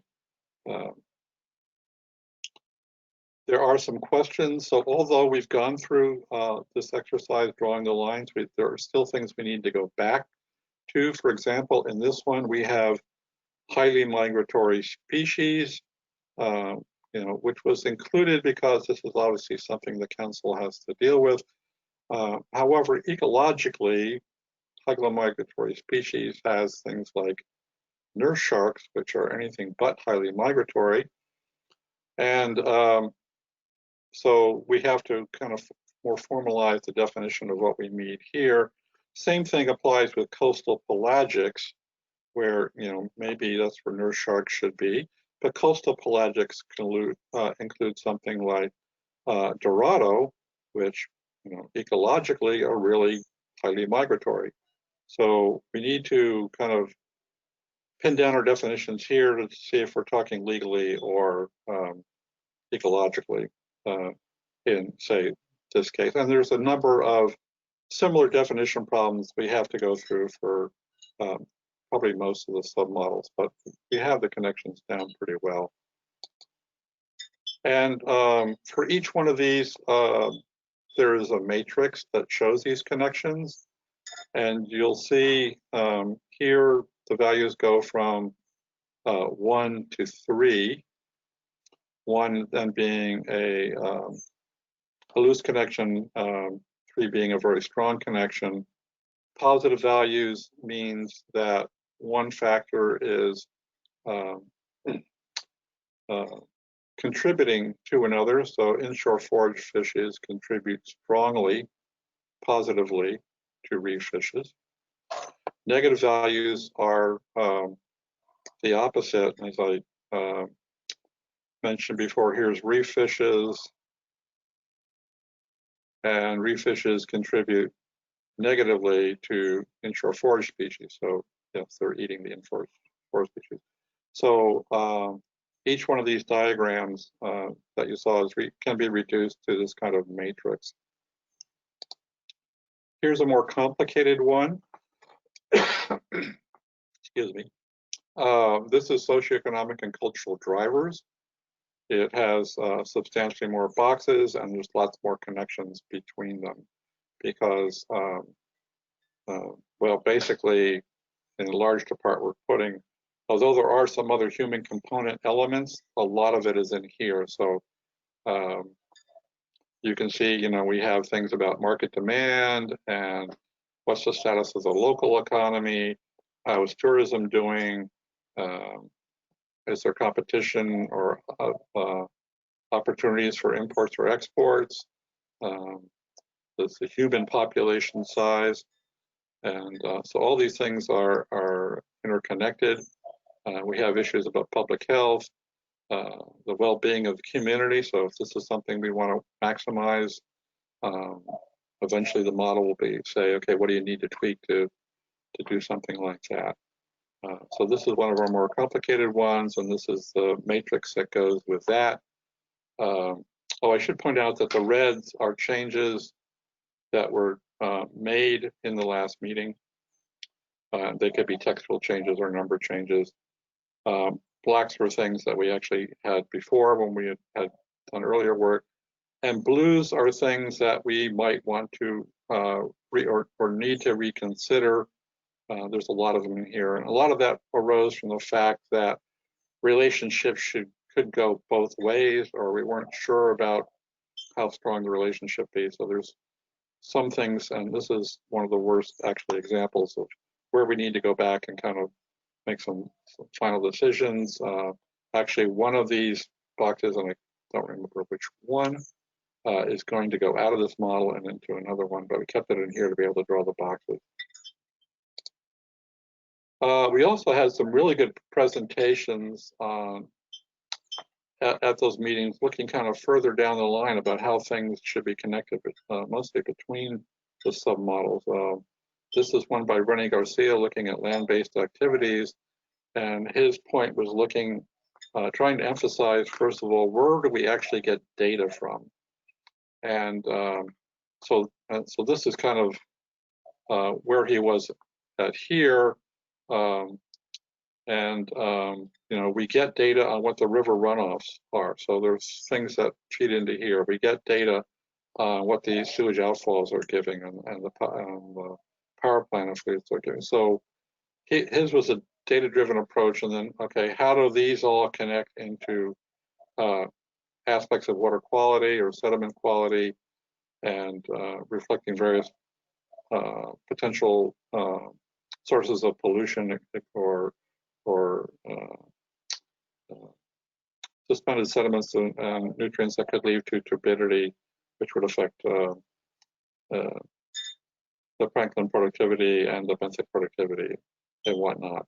So here's another one that was given to us by Vance Vicente looking at water quality issues, and he was very adamant about saying there really are differences about the nature of the inputs that are coming from either upland sources or coastal sources and what their impacts are potentially into the system.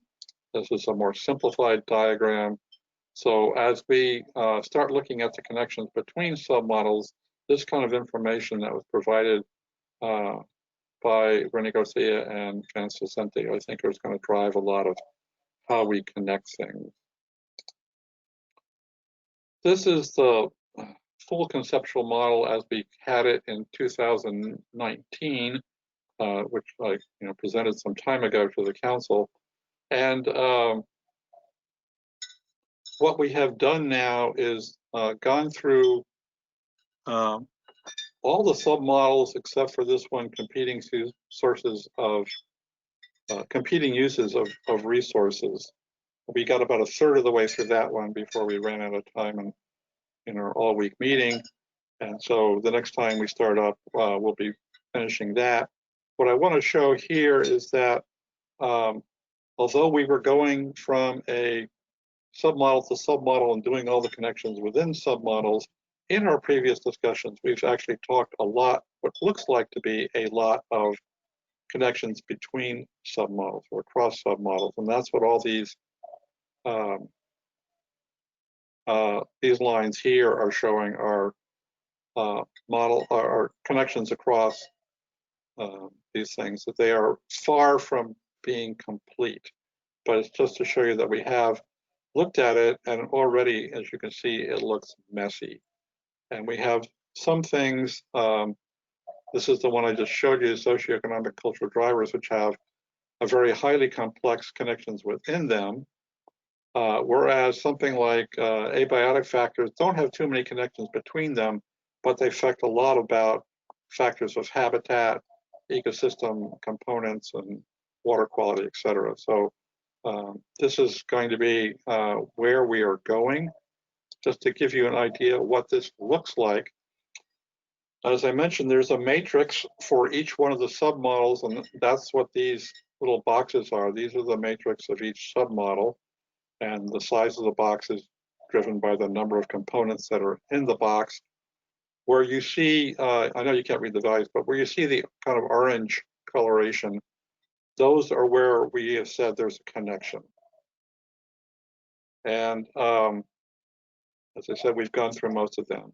The green areas are areas from that previous slide where we have previously said there are connections between submodels. So all this white area here represents the connections we haven't really gone through, but we have in previous discussions talked about connections. So we actually aren't going to start from scratch, but as I said, potentially there's 64,000 little boxes here, and clearly there won't be that many connections that we actually have to deal with, but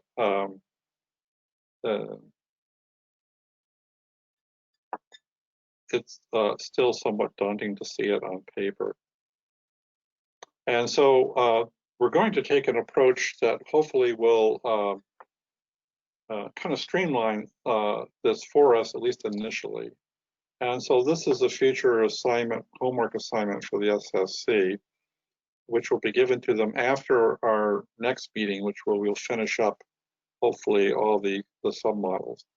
And here what we're going to do is ask for the three, for each potential submodel, so that's what we have here on the top and going down. We want to look at this, and so these are the boxes representing connections within submodels, but the homework assignment is going to be connections between the submodels.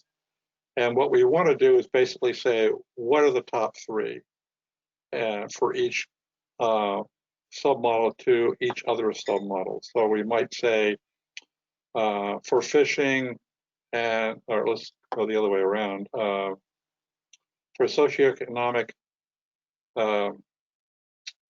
and cultural drivers relative to, using my mouse here, relative to the fishing block, we want to know what's the three most important socioeconomic things that are connecting to the fishing submodel. Which component in the fishing submodel do they point to? Is it a positive or negative relationship? And then it's a low, medium, and high relationship. So that's what we want to do. And it would look something like this.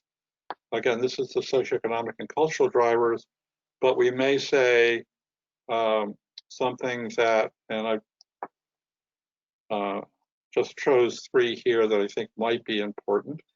We might say, okay, of all the components in here, the ones that are most important for fishing might be market demand, the regulatory structure, the fishing regulatory structure, and other regulatory structures. And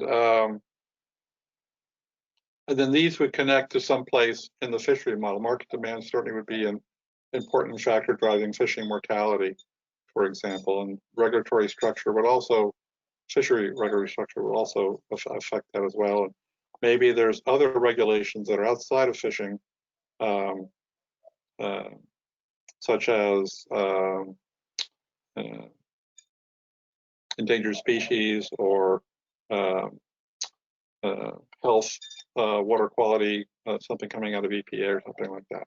So, and so these would point to someplace in the fishery. So the SSC is going to be challenged with, say, okay, for each one of these submodels, give us the top three.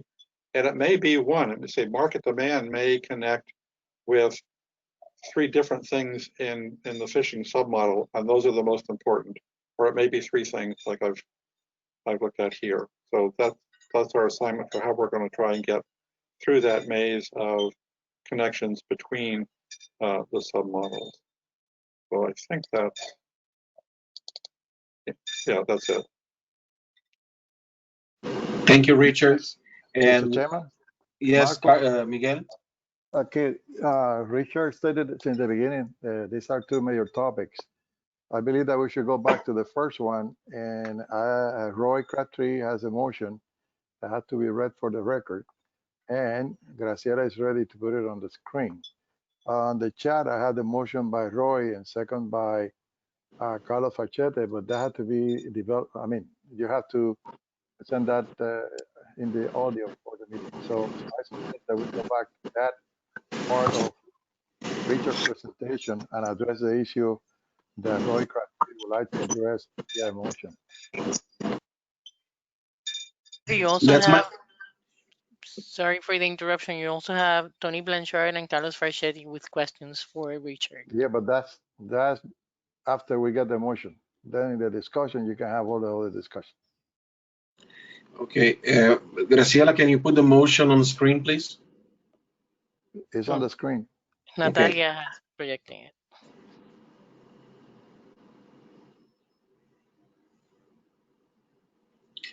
It's open for discussion.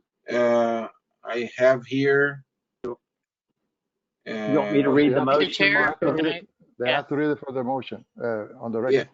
Yes, I'm just checking the participants. One second, Miguel.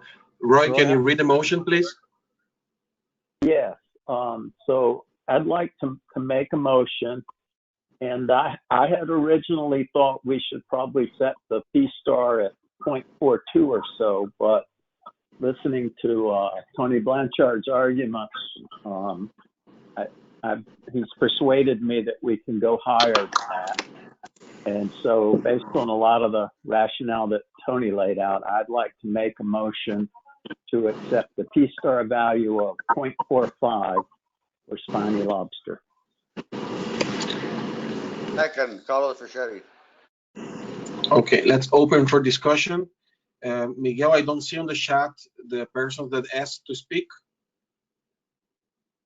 No, we have questions from Tony, and I guess that's the first one that you need. And also Carlos wanted to have a question for Richard, but here what you need to do now, Mr. Chairman, is to address this motion and discuss the motion itself. Then you vote, and you can open for other questions that they may have for Richard. And then you go to the second part, which is the model. Yes. Let's discuss now the questions in relation to the motion. I have Tony Blanchard. Well, I appreciate Roy backing me on this, but it looks like we planning to go no farther than 4.5 or 0.45. So what I'm going to do is I'm going to abstain from this vote. Anybody else wants to make a question or a comment related to the motion? Richard? Carlos F. Marcos, you have Richard Upperdon. Yes. Richard? Yeah, I just want to point out two things. One was that Puerto Rico and St. Croix definitely in their history have gone over the MSY level, so which is the OFL. If you have your value close to that, you are setting up a potential for actually having a fishery declared overfished. And so that's where the precaution comes in. And the second point I would make is I think you would want to include here the rationale for that choice, but Jocelyn probably comment on that better than I about what goes into justifying the PSAR value. Carlos Farchetti? Yeah, my discussion is, I just wanted to know, because I heard Richard in the earlier presentation on spiny lobster mention that in the future, you may be able to move it from tier 3 to tier 2. So would that also change things that we're doing now, or would it remain the same, or do we go back to the negotiating table if that was to move to tier 2? I'm not sure what would happen. Richard? I'm not sure either. What happens when you go from 3 to 2 is that you're allowed to use a smaller variance, so your curve is going to get more peaky, and therefore, indicating you have more confidence in the estimates. And what this would mean is that as you reduce by your P star, the amount of reduction in catch would be smaller. So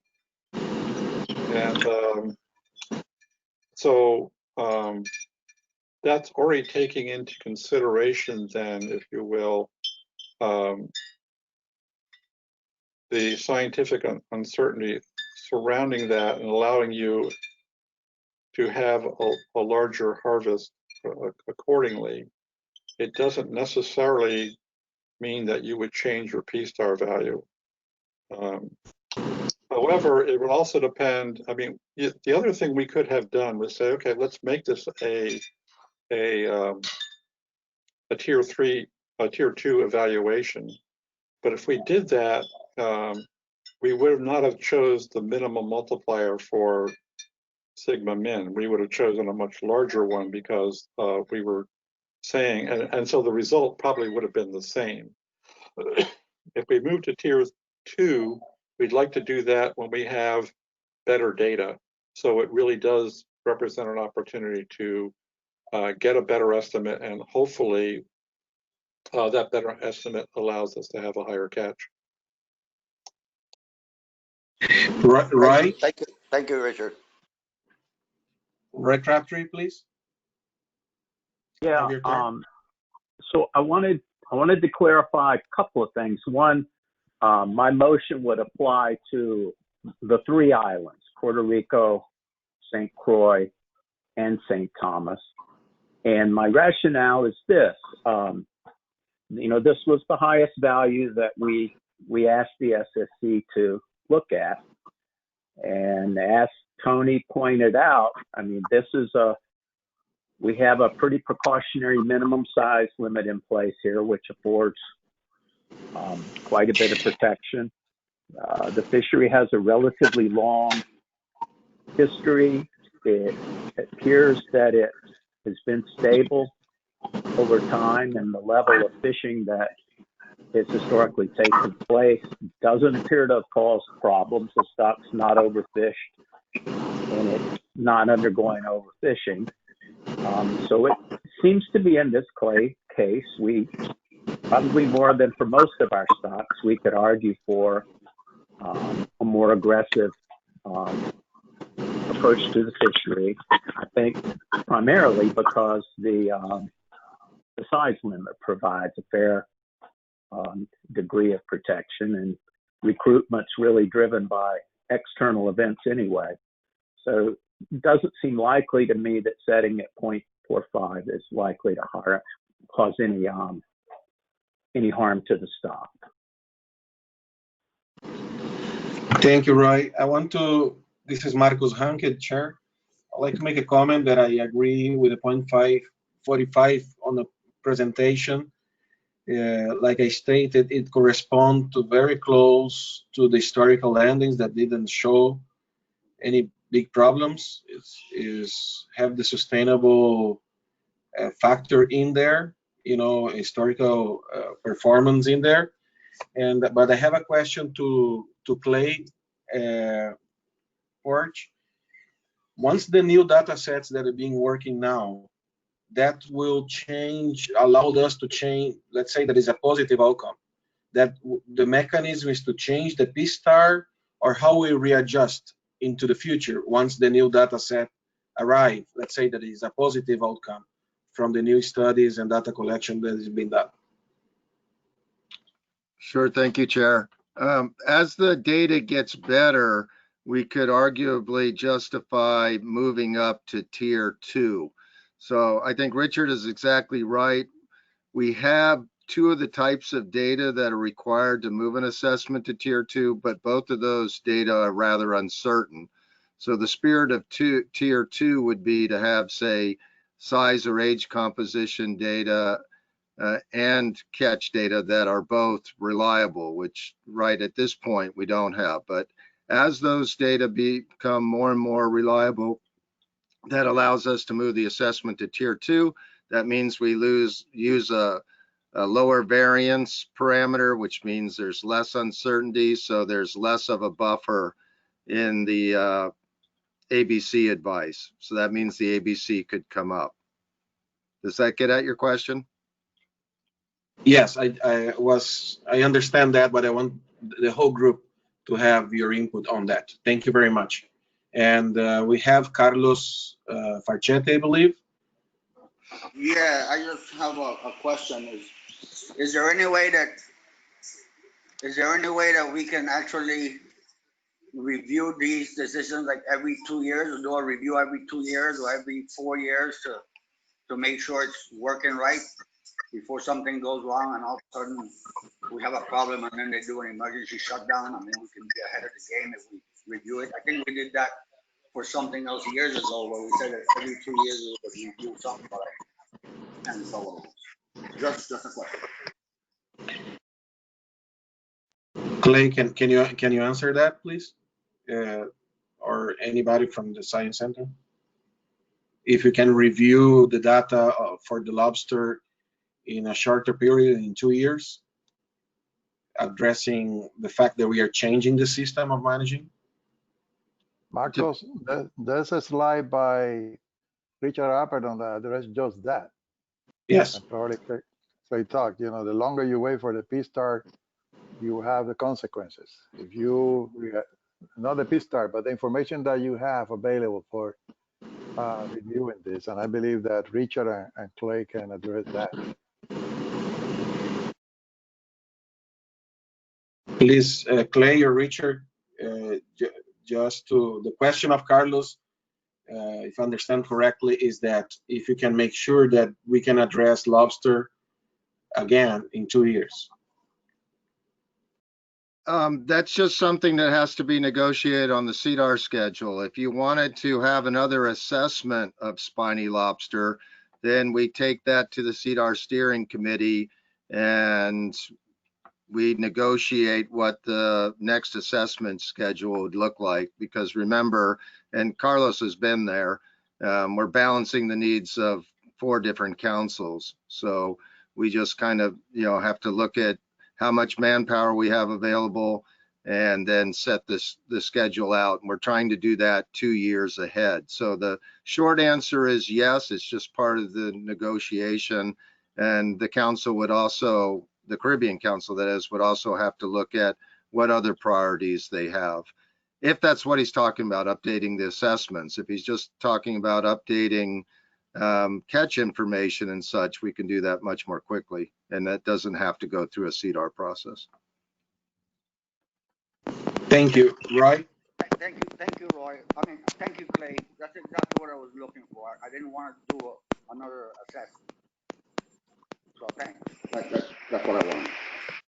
Yeah, Right. so the CDAR steering committee meets twice a year usually.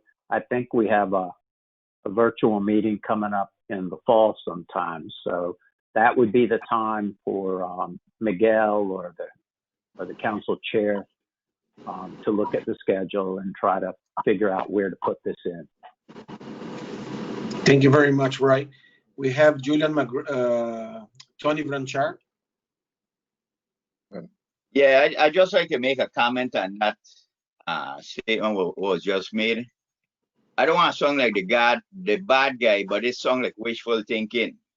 Because really, we're supposed to be looking at these ACLs, how often and how often does that happen?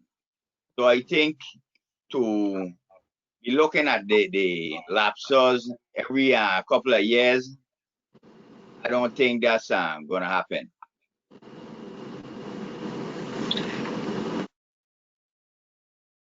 Thank you, Tony. Anybody else wants to make a comment? Otherwise, I think we are ready for voting on the motion. Mr. Chair, if I may, you have a comment from Vanessa Ramirez. I will move forward with point 45. Don't lose more time with not to lose more time and numbers, but we'll appreciate that this get reviewed every 2 years with better data. Thank you, Graciela. I think we are ready for voting. Chair, if I may, I have a question. Yes. Clarification. Should the motion read the CFMC move to accept P-star value for of 0.45 for spiny lobster for each of the 3 islands, or we discover that it's applying to all of them?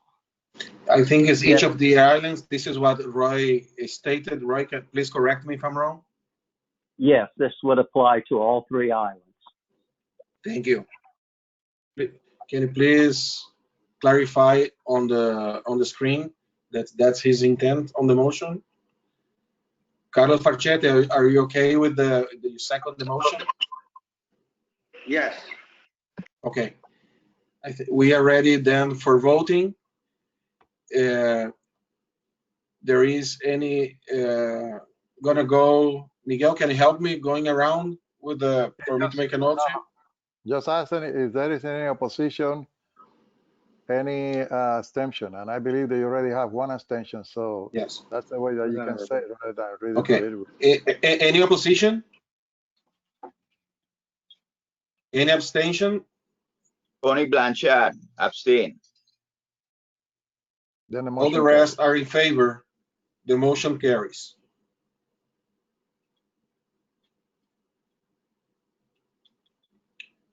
Now we go for, thank you to all for the good discussion.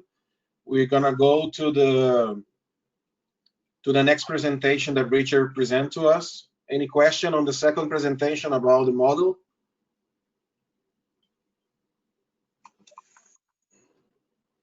You have Damaris Delgado asking for a turn to speak. Damaris?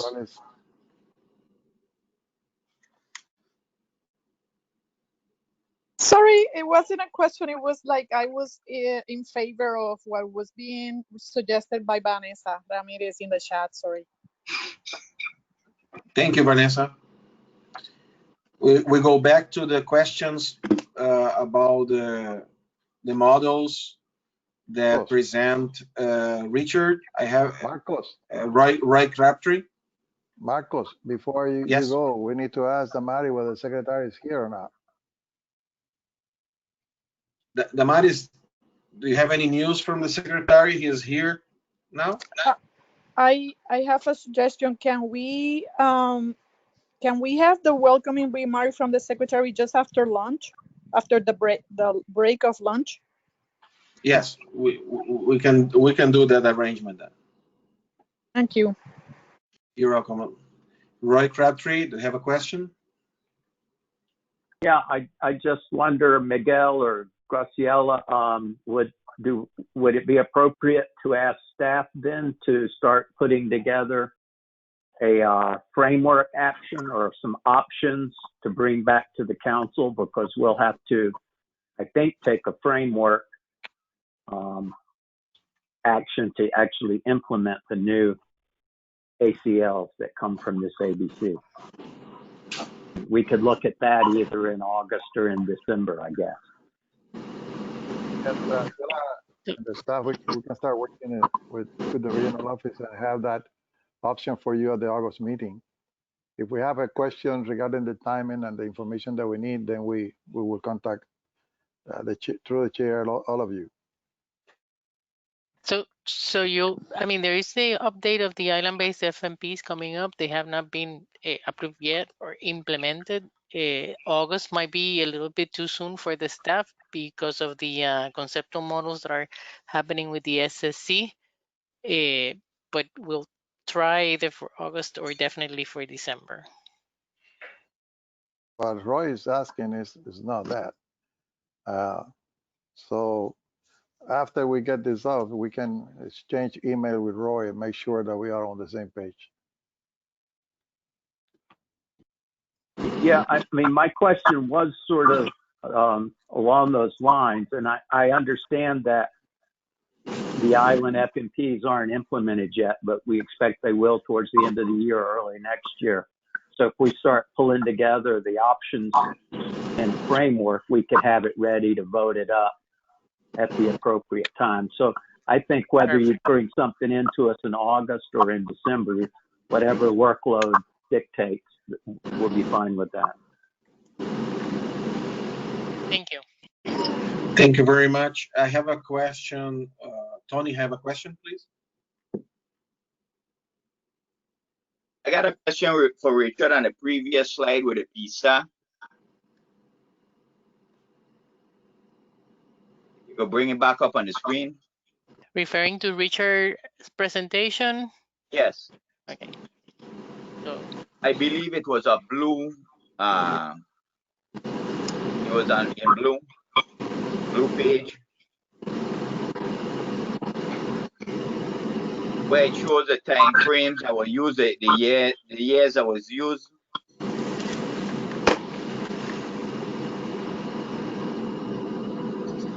Richard, do you want, there you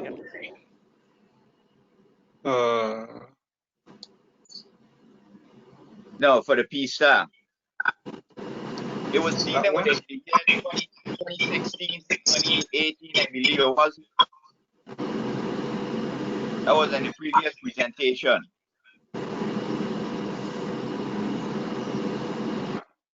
So I'm not sure which figure you want to see. It was that's not the one there. I believe it was farther back. No, it's not back.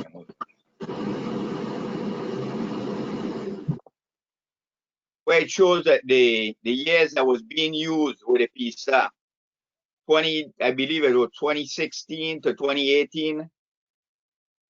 Oh, the actual values that come out of? I believe that's what we were talking about, but I'm not sure. I would have to see the screen first. I think it's number 15. Slide number 15.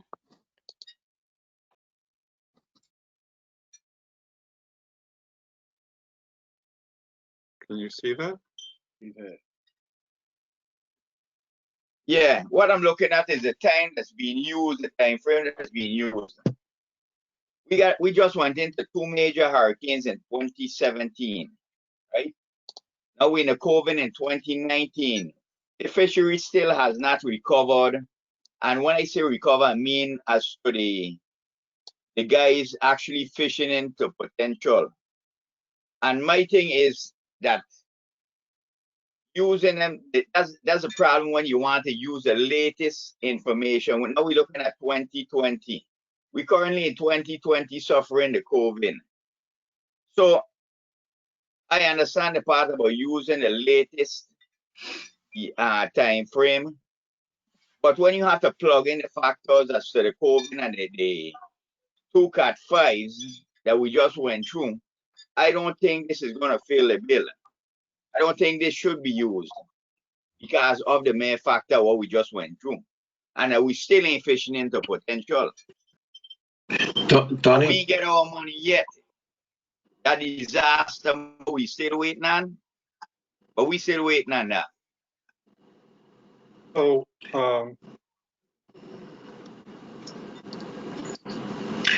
Tony, can you hear me? Let me go down to my last slide. And this, I think, addresses your point, is that, you know, this information, you know, the points you were just bringing were brought to us by both Puerto Rico and the Virgin Islands, Nelson, Julian. And they were, you know, saying that the fishing is going to be way down. And so that's what we're saying is that you're going to have to go through this framework approach to get the control rules accepted as the way the way that things are going to be calculated, and that's going to take time. By that time, you're going to have the new data for these years that, you know, are obviously not typical. So, you know, what we're going to see, I assume, is a great reduction in the catch levels. And when we put those data in, the process is still the same, but what it's going to say is that even more so for the Virgin Islands and to a lesser degree for Puerto Rico, there is now much more biomass in the system available for harvest than there would be if you were right at the MSY level. And therefore, the model would say that initial estimates of OFL, or excuse me, the initial estimates of what you can harvest are going to be much higher, and then you can fish that down to your until your population gets down to its appropriate OFL or appropriate ABC level, or ACL actually. But what it does when you account for that, it just allows you to take more initially of that biomass that you've built up because you haven't been fishing it.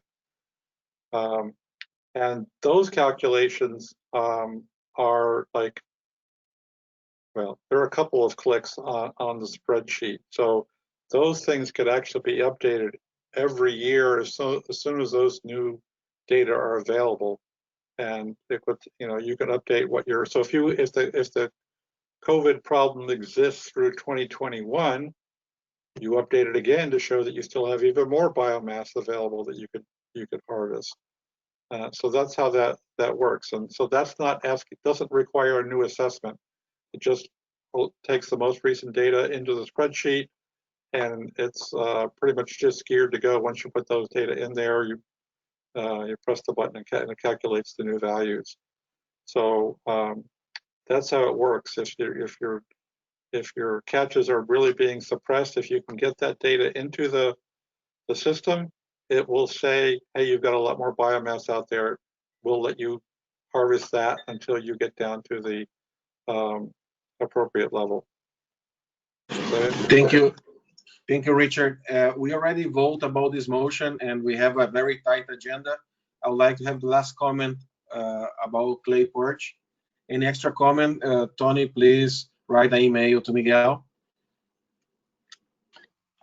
Yeah, thank you, Chair. I think that's the point that Carlos was getting at when he was asking about, updating the data. So yes, we could update the catch data and rerun the projections to get different ABC advice. The only caveat I would say is it might be a bit strong to say that they'll estimate that there's a lot more biomass out there if the catches in 2020 are a little lower. I don't think it'll make that much difference to the ABC advice. I mean, it will say that you can catch more if the catches in 2020 are quite low, but I don't know if it's going to be a lot more. And in Puerto Rico, you actually had rather high catches during the hurricane season if those estimates pan out. So in that case, you had in the most recent years overfishing. So, a little decrease in 2020 may allow the catch rates for future years to be a little bit higher, but I don't think it'll be a lot. Thank you, Clay. We are ready to go for the next item on the agenda, or you guys want to have a short break before we continue? Let's have a Graciela. Have a 5-minute break. Yes. Marcos, have a 5-minute break and come back. Yes, let's have a 5-minute break. We'll come back in 5 minutes.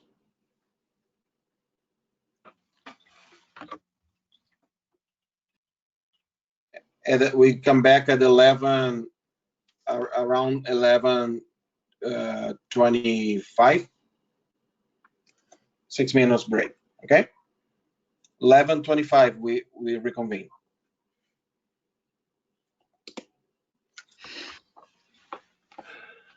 Thank you to all.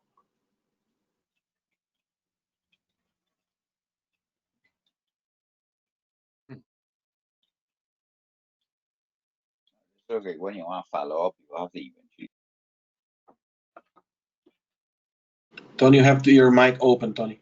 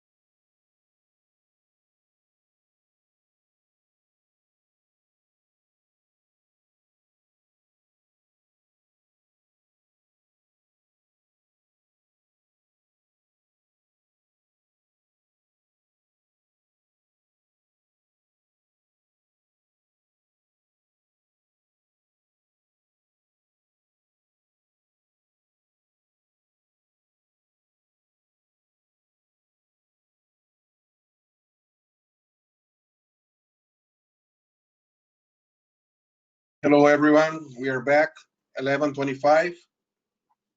Graciela, can you hear me?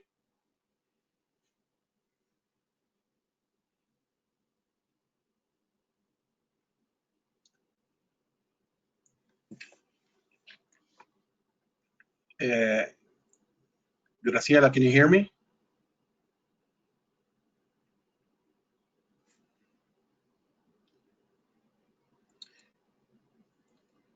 Miguel, can you hear me? Okay, thank you.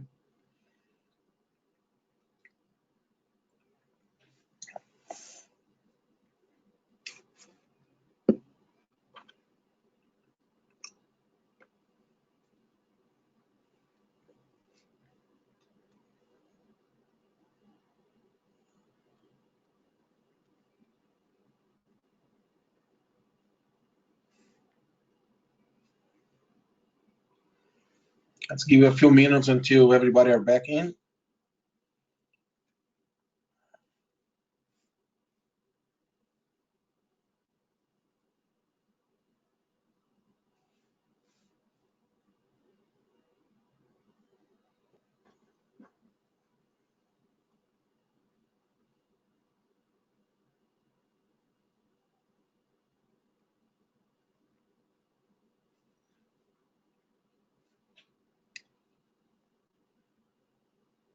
Marcos, Yes. Graciela and I will make a summary of the comments received in the chat. Those are that are appropriate, and Okay. then we'll send it to all as part of the transcript of this meeting. We I'm have back. several exchanges that are important, and some of them, as you said, already are beyond the discussion that we had in the agenda. But just to let everybody know, when we open that, Graciela and I will work on Thank you. this summary. Thank you, Miguel. Graciela, the next presentation, please confirm, is the District Advisory Panel. No, the next presentation, can you hear me? Yes, is the top. I'm sorry, the Management Yes. Technical Advisory Panel. Ecosystem-based fishery management technical advisory panel report. Yes. Can you put up the screen and get ready for that presentation, please? Senai, do you want us to drive or do you want to be the presenter? I'll let you guys go ahead and put it up. Okay, I don't think I have screen sharing capabilities. Before Mr. Sinai, yes. Chairman, we need to also announce that Bill Arnold, past member of the TAP and chair, resigned to attend to his new business. And we would like to welcome Dr. Sinai Raptes as the chair of the TAP panel. Yes, and I was going to comment too that Sinai, welcome to the team and thank you for being available to be the chair. And I wish you the best on your new duties as chairman of the TAP. Thank you very much. Yes, thank you to all. I look forward to eventually meeting those of you I haven't met before someday in person after we've retreated from all of this. And so I guess with that, I can go ahead and get started. Today, we just wanted to present to you the report on where we are with the ecosystem-based technical advisory panel. I apologize, as you guys recently mentioned, I was only recently appointed as the TAP chair, so I'm still familiarizing myself with the history and everything that's gone on previously. But I look forward to being a part of this larger effort to bring ecosystems-based fisheries management, if possible, to the U.S. Caribbean. A little bit about myself. I'm currently an assistant professor of biological oceanography at the University of the Virgin Islands. And I'm originally from St. Thomas, born and raised, and I received my PhD in marine resources assessment from the University of South Florida in St. Petersburg in 2015 before accepting my position here at the University of the Virgin Islands. So that's a little bit about me, and now a little bit about where we are with the technical advisory panel. So Graciela, if you could move on to the next slide. So a lot of the work for this happened a bit prior to the formation of the technical advisory panel. As you guys are aware, a lot of work was done by the previous chair, Bill Arnold, and a small group of core members, both volunteers and those on the SSC, towards creating a conceptual model for ecosystems management in the U.S. Caribbean. On October 23rd, 2019, the council established the technical advisory panel to continue this work in a more formalized fashion so that it could be structured under the meeting requirements of the council, so that the information developed towards ecosystems-based fishery management could be codified within council business. On December 10th and 11th, the TAP members were appointed that ran through basically December of 2019 through January of 2020, and the EBFM TAP convened for the first time in February of 2020. At this time, we essentially planned our next meeting for June 1st, 3 weeks ago, and we were deciding on the agenda, where we were heading, assignments, coordinating schedules, and determining how we can coordinate and collaborate on all the existing previous work being done on conceptual models and ecosystems-based fisheries management within the U.S. Caribbean. During our meeting on June 1st and 2nd, which is the second meeting of the EBFM TAP, we developed an outline for a fishery ecosystem plan, which is still in progress, as well as goals and sub-goals for the fishery ecosystem plan and the EBFM TAP in general. These are drafts, recommendations, which I will be presenting to the council now. And we would like to hear both your feedback as well as any questions on those, so I can take it back to the TAP to discuss and more formalize those into a fishery ecosystem plan. So Graciela, if you will, next slide. The current process that we are working under is the same described in the Lenfest loop to the left, which is from the publication by the Lenfest Ocean Program, Essington et al. 2016 on building effective plans for ecosystem-based fisheries management. And it essentially describes the process for developing an FEP within the United States. These steps 1, 2, 3, and 4, and 5 all work together to create a larger ecosystems-based management plan. However, the steps 3 through 5 create an iterative loop that is made to learn and adjust on the fly to information that is coming in based on ecosystem management strategies. Essentially, it serves as a blueprint for creating a fishery ecosystem plan, and is the process that we in the TAP are trying to follow through. The first step, where are we, is essentially where managers, scientists, and stakeholders begin the process by looking broadly at the ecosystem. And usually the process of creating a conceptual model where we are looking at individual species and fisheries, as well as the interactions between them, and then more formally create a vital sign of indicators, threats, and pressures on the ecosystem. The next step is to understand where we are going. This is where managers, scientists, and stakeholders collaborate together to develop and prioritize the goals for the fishery system.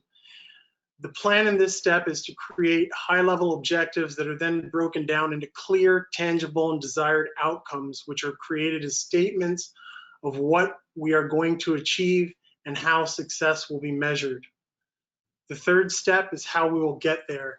In this, the managers and stakeholders, based on the information provided by scientists, develop specific performance measures that address the ecological, sociocultural, and economic objectives, and develop a host of alternative management to achieve the objectives, leading to a much clearer view of the cost and benefits of each strategy. The fourth step is the implementation of this fishery ecosystem plan, where we initiate the alternative selected in step 3, and generally this can be done using existing processes for assessing scientific information or including newly recommended ways of assessing ecosystem scientific information. The fifth step is to assess the alternatives formulated in step 3 through the implementation plan. Develop a plan for monitoring that tracks the processes back towards these specific objectives, and produce data that can answer the key questions about the ecosystem developed in step 3. And it is a cycle of going between steps 3, 4, and 5 continuously that allow it to create these more adaptive management strategies that are associated with ecosystem-based fisheries management. So now I'll go through the outline that the TAP has developed as a draft for understanding the type of fishery ecosystem plan that we will try to put in place to present to the council. As I go through these, the bullet points that are highlighted in yellow are the areas where we currently are in adapting the work towards what's needed for the council. So the first part of the outline is the introduction.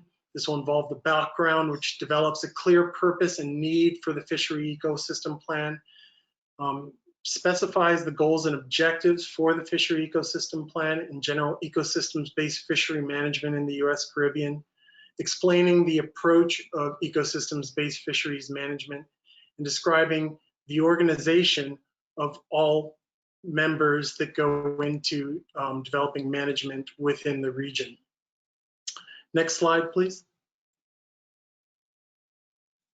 The next section will be defining the interface between the fishery ecosystem and management. Here we lay out the jurisdictions, the laws and regulations that are in place, other federal laws and guidance, the obligations of federal agencies, territorial agencies, and other agencies associated with ecosystem and fisheries management within the US Caribbean, describe local regulations, and explain the fishery ecosystem plan development process and the reassessment, i.e. that iterative loop between steps 3 through 5, which are used to describe the management decision support system. And finally, describe the local interface between fisheries, fishery communities, and ecosystems-based management. Section 3 will involve describing the environmental setting. This includes the society and culture of all the individual regions. A subsection within that will be to describe the connectivity between those regions. Section B of that will be the economics or the economic realities, as well as socioeconomic realities of the individual regions and the connectivity between those. Subsection C will be describing the unique ecologies of the region, including St. Thomas, St. Croix, St. John, Puerto Rico, as well as the connectivity between all of those and the specific habitat in which the ecology of those regions or the ecosystems of those regions are intertwined and found. And then subsection D will be describing the current fisheries between all of those and the regulations and connectivity which is associated with the individual fisheries for the region. Next slide. Section 4 will describe the larger conceptual models and sub-conceptual models that are currently developed and will be developed within ecosystems-based fisheries management. This includes those that are currently being developed through the SSC, the DAPs, other council body members, as well as that which is being defined for the entire ecosystem and currently being worked on by the TAP. This is highlighted because this is part of the work that will be understood and evaluated by the TAP. We are currently not developing a conceptual model in itself, but there are other people within the regions that are designing and developing conceptual models, and the information from those will be evaluated by the TAP and included within the FEP that is currently being drafted. We'll also include any other conceptual models developed by independent researchers. And using the council's guidance or guidance by independent researchers that is seen fit by the TAP, combine and stack conceptual models for a better understanding of the effects within ecosystems for the US Caribbean. Finally, the last subsection of the conceptual model section will be to understand the applications for using the information from these conceptual models. Section 5 will be a review of the present status of the ecosystem. So this will be a review of all current ecosystem research and work done in the US Caribbean. This will refer and summarize the ecosystem status report that is currently being prepared by the SCFC, as well as undergo a risk analysis of the threats and pressures to the ecosystems. Subsection D will include other reports and documents that include time series and long-term analysis on the ecosystems, things like the EPO biocriteria analysis and the INCRIMP status reports that are ongoing within the territory. And finally, a description of the applications of the information and how they can be used in management. Section 6 will describe future prospects. This includes the possibility of research on other quantitative models that can be used in ecosystems-based fisheries management, as well as information on restoration and mitigation needed to improve the functioning within ecosystems here in the territories and the Commonwealth. Next slide. Section 7 will include assessing current fishery and ecosystems conditions. This will be a large bulk of the work that's going to be undertaken by the TAP, which will be looking at data availability, needs, and strategies for either procuring more data necessary for better EBFM or combining and looking at all the data available in a context that makes it useful for decision making by the council. Understanding how that data works within an assessment of an ecosystem context. Finally, the last three are developing group or e.g. biomass-based assessment approaches, assessing essential fish habitat, and understanding the uncertainty and variability of environmental changes and human activities on ecosystems and fisheries resources. These all represent new approaches that we feel can be used to inform the decision support system and decision-making system for fisheries management within the US Caribbean. Section 8 will be coordination of ecosystem approaches to fisheries management in the US Caribbean. And this is where it includes a lot of the considerations for management, including MSA revisions, FMP amendments, and CFMC policy statements, as well as the process for bringing the EBFM information to the council. What we want to make clear is that the TAP is still in discussion on this, and we understand that this is first and foremost an advisory panel. So the process and the way that the EBFM information designed by the TAP will be used by the council is ultimately a council decision, and we will require your input into how this should go forward. Subsection C of 8 will identify potential management strategies, and subsection D will be looking at an integrated ecosystem assessment.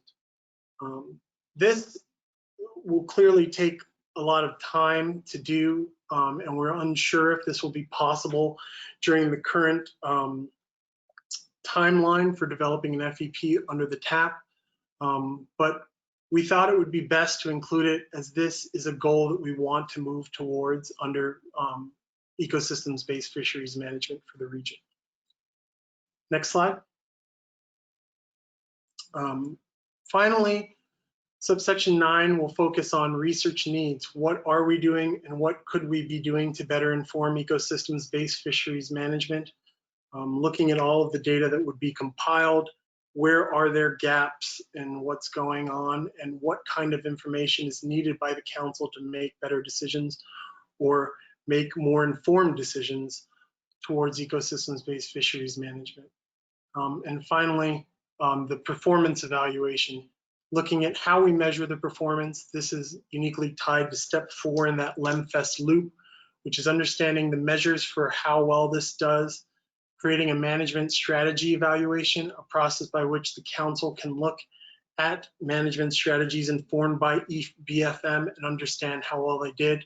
And finally, understanding the timeline and needs for a review and revision schedule, implementing changes to current management strategies, assessing them, and understanding the timeline that it would take to go back and change, fix, reassess, and redo and inform the decision support system based on that. Next slide. So those are the 10 subsections that we envision for the FEP. Next, we have the draft goals and sub-goals for the TAP that was designed during our meeting. Right now, what we have stated is the overarching goal of the Fishery Ecosystems Plan, or the FEP, is to promote ecosystem-based approaches to ensure healthy, resilient, and productive marine ecosystems and the fisheries resources dependent upon those ecosystems.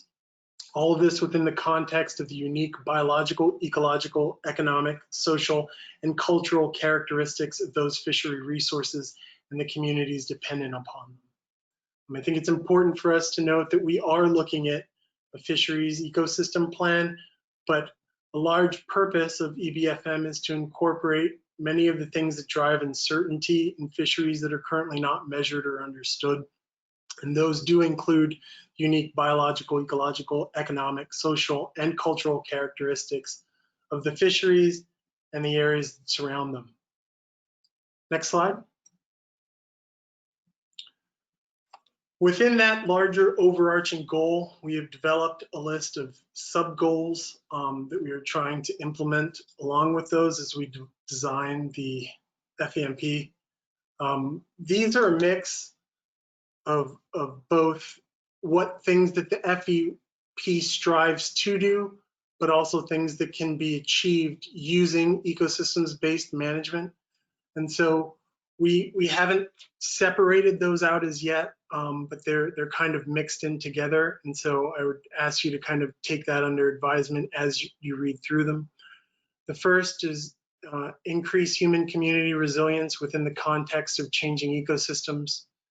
2, to promote ecosystem resilience within the context of changing ecosystems.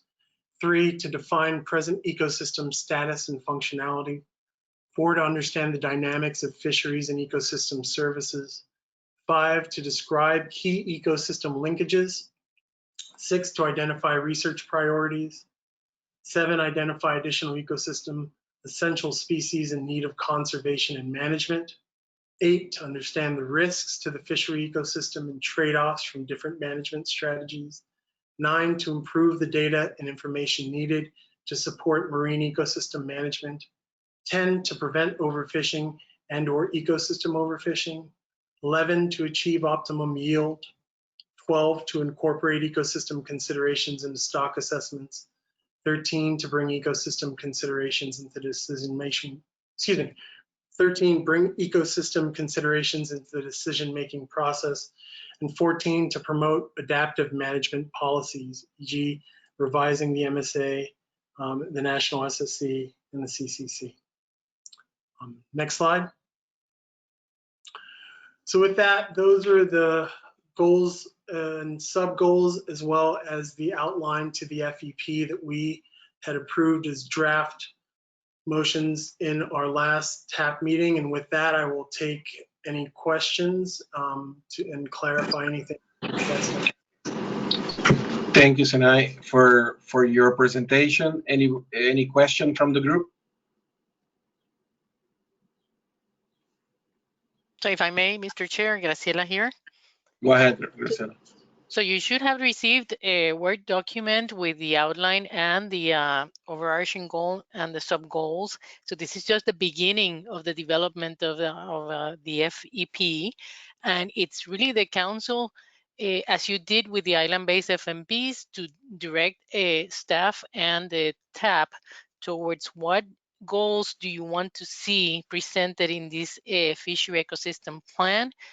We already started talking about the objectives, the measurable objectives for each of these goals, but we first need to really work in the goals that the council members see as part of the FEP.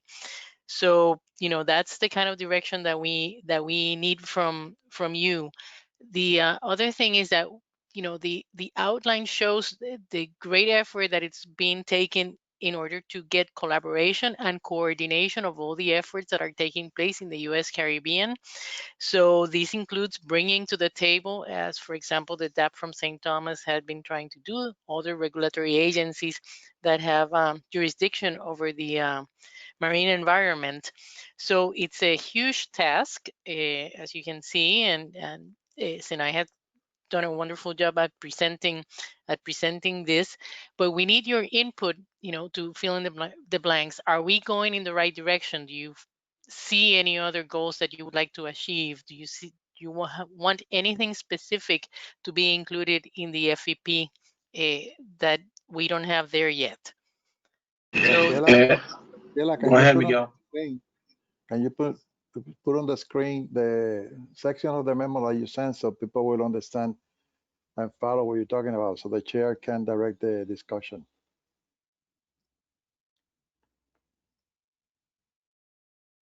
Okay, give me a second. Do you want the Word document? Because it was basically what you saw on the screen, the outline and the one that you believe will guide the council the best for the decision that you want us to take as a council.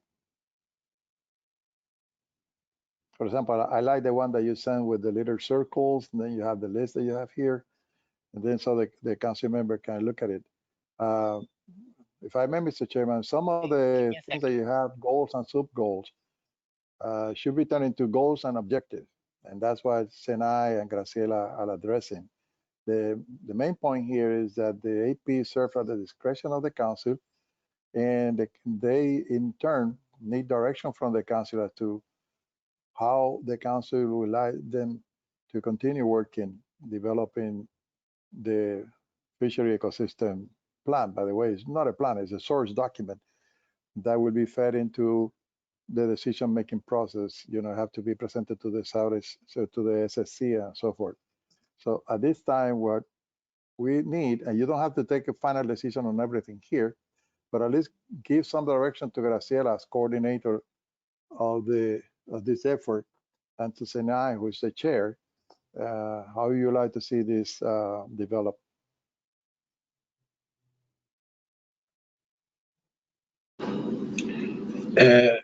Graciela, if I may, I'm sorry about not knowing the meaning. I check on the internet. Currently, once you express a currently goal to provide the framework, what do you mean by that?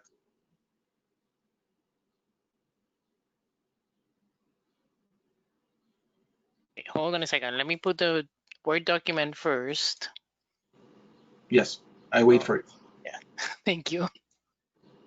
There we go. Okay, so what we're showing on the screen is the Word document that we sent to everyone with the instructions of, let me make it bigger.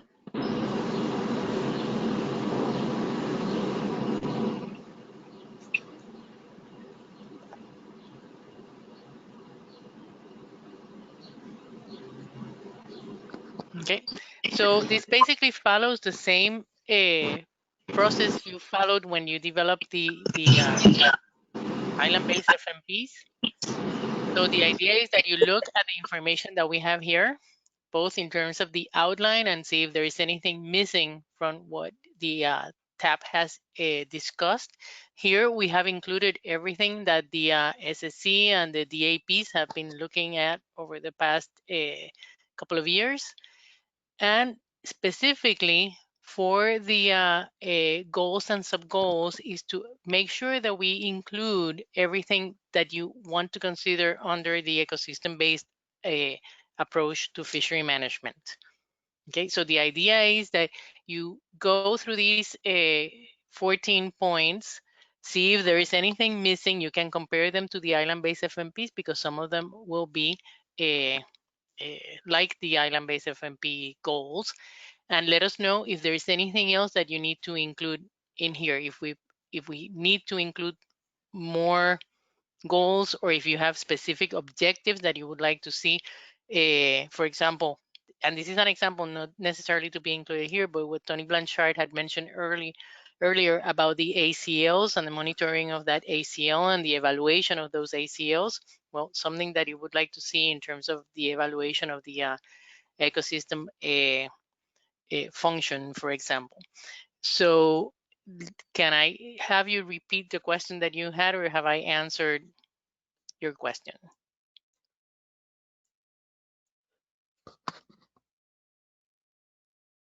Hello? Carlos Farchete has some comments. Okay. Marcos? Marcos? Paulo? Yes. You have Carlos Farchete waiting for a turn, Marcos. Yes, I will go there, but just can you clarify what correlate means on that context? Okay, so Senai, do you want to take this one? Can you repeat the question? When you say currently, what do you? On the part of the text that is say a currently goal is to provide a framework that promotes the following sub-goals. Yeah, so I think the reason we have it in there as a corollary goal is there's a larger overarching goal, which is what we want to promote through ecosystems-based fisheries management. But the corollary goal is to provide the council with, as Miguel said, a source document, something that you can use to review the current information and approaches to ecosystems-based fisheries management within the U.S. Caribbean, as well as all of the information needed to implement management strategies based on ecosystems-based fisheries management. And so I would say that there's a larger picture of trying to promote EBFM approaches into management, but also to provide a framework for how to do it. This is FEP that we are trying to develop for the council. For the use of the council. Okay, yeah. Yes, thank you. And anybody else? What is the next one online? Carlos? Yeah, I just had a question. How is this FPP going to affect our island-based plan? Is it going to be incorporated in the plan, or is it going to be like an annex to the island-based plan, or what? Marcos? Yes, go ahead. Let me answer that. The TAP was created to incorporate everything that Sinai just presented to us. So this document, we have the information that we need to make the ecosystem-based management plans, to make the island-based FMPs stronger in terms of the ecosystem management approach. In other words, you have in the island-based FMPs the classical approach to fishery management, where you have identified the management unit, you have minimum sizes and everything, but you also need to incorporate in the decision-making process and then in the regulation that you have, the ecosystem component. And the tab is going to look for that information, look for the models that we can use, etc., and supply that to the SSC. Then the SSC will give the council the advice on the best available methodology and models that we can use to incorporate into the decision-making process in the island-based FMPs. So it's kind of a toolbox that you have. It's a live toolbox with experts that will look at all this information for the council, lack of another word, digest the whole thing, send it to the SSC, excuse me, so they can continue the process. And then they will tell the council, okay, this is the best available information regarding this ecosystem management components, and you should incorporate it into the island-based FMP, A, B, and C. In addition, the TAP will nurture from the LENFEST project, because the LENFEST project is going to look for 3 years, look at the qualitative and quantitative connections with the ecosystem sectors that we have. The most important part that the council member have to understand is that neither Learning First project or the TAP are prescriptive. I mean, you don't have to follow exactly what they say because the base available information is determined by the SSC. So nobody is trying to trump anybody else. What the Sinai and Graciela are presenting to the council is a question in terms of guidance. What is it that the council would like the TAP to continue doing? The 14 corollary goals that you have here, some of them could be construed as objective. And remember, the difference between a goal, sub-goal, and objective is that the objective has to be measurable, otherwise not an objective. So the question that Graciela and Sinai are posing to the council is, if you look at this, you don't have to do it right now. You can let it send your comments to Graciela. If you, when you get back home and you think about this and you say, oh, they forgot about this other part, then you can send it to us. And Graciela will then coordinate the meeting with Sinai that will occur between here and the next meeting in August.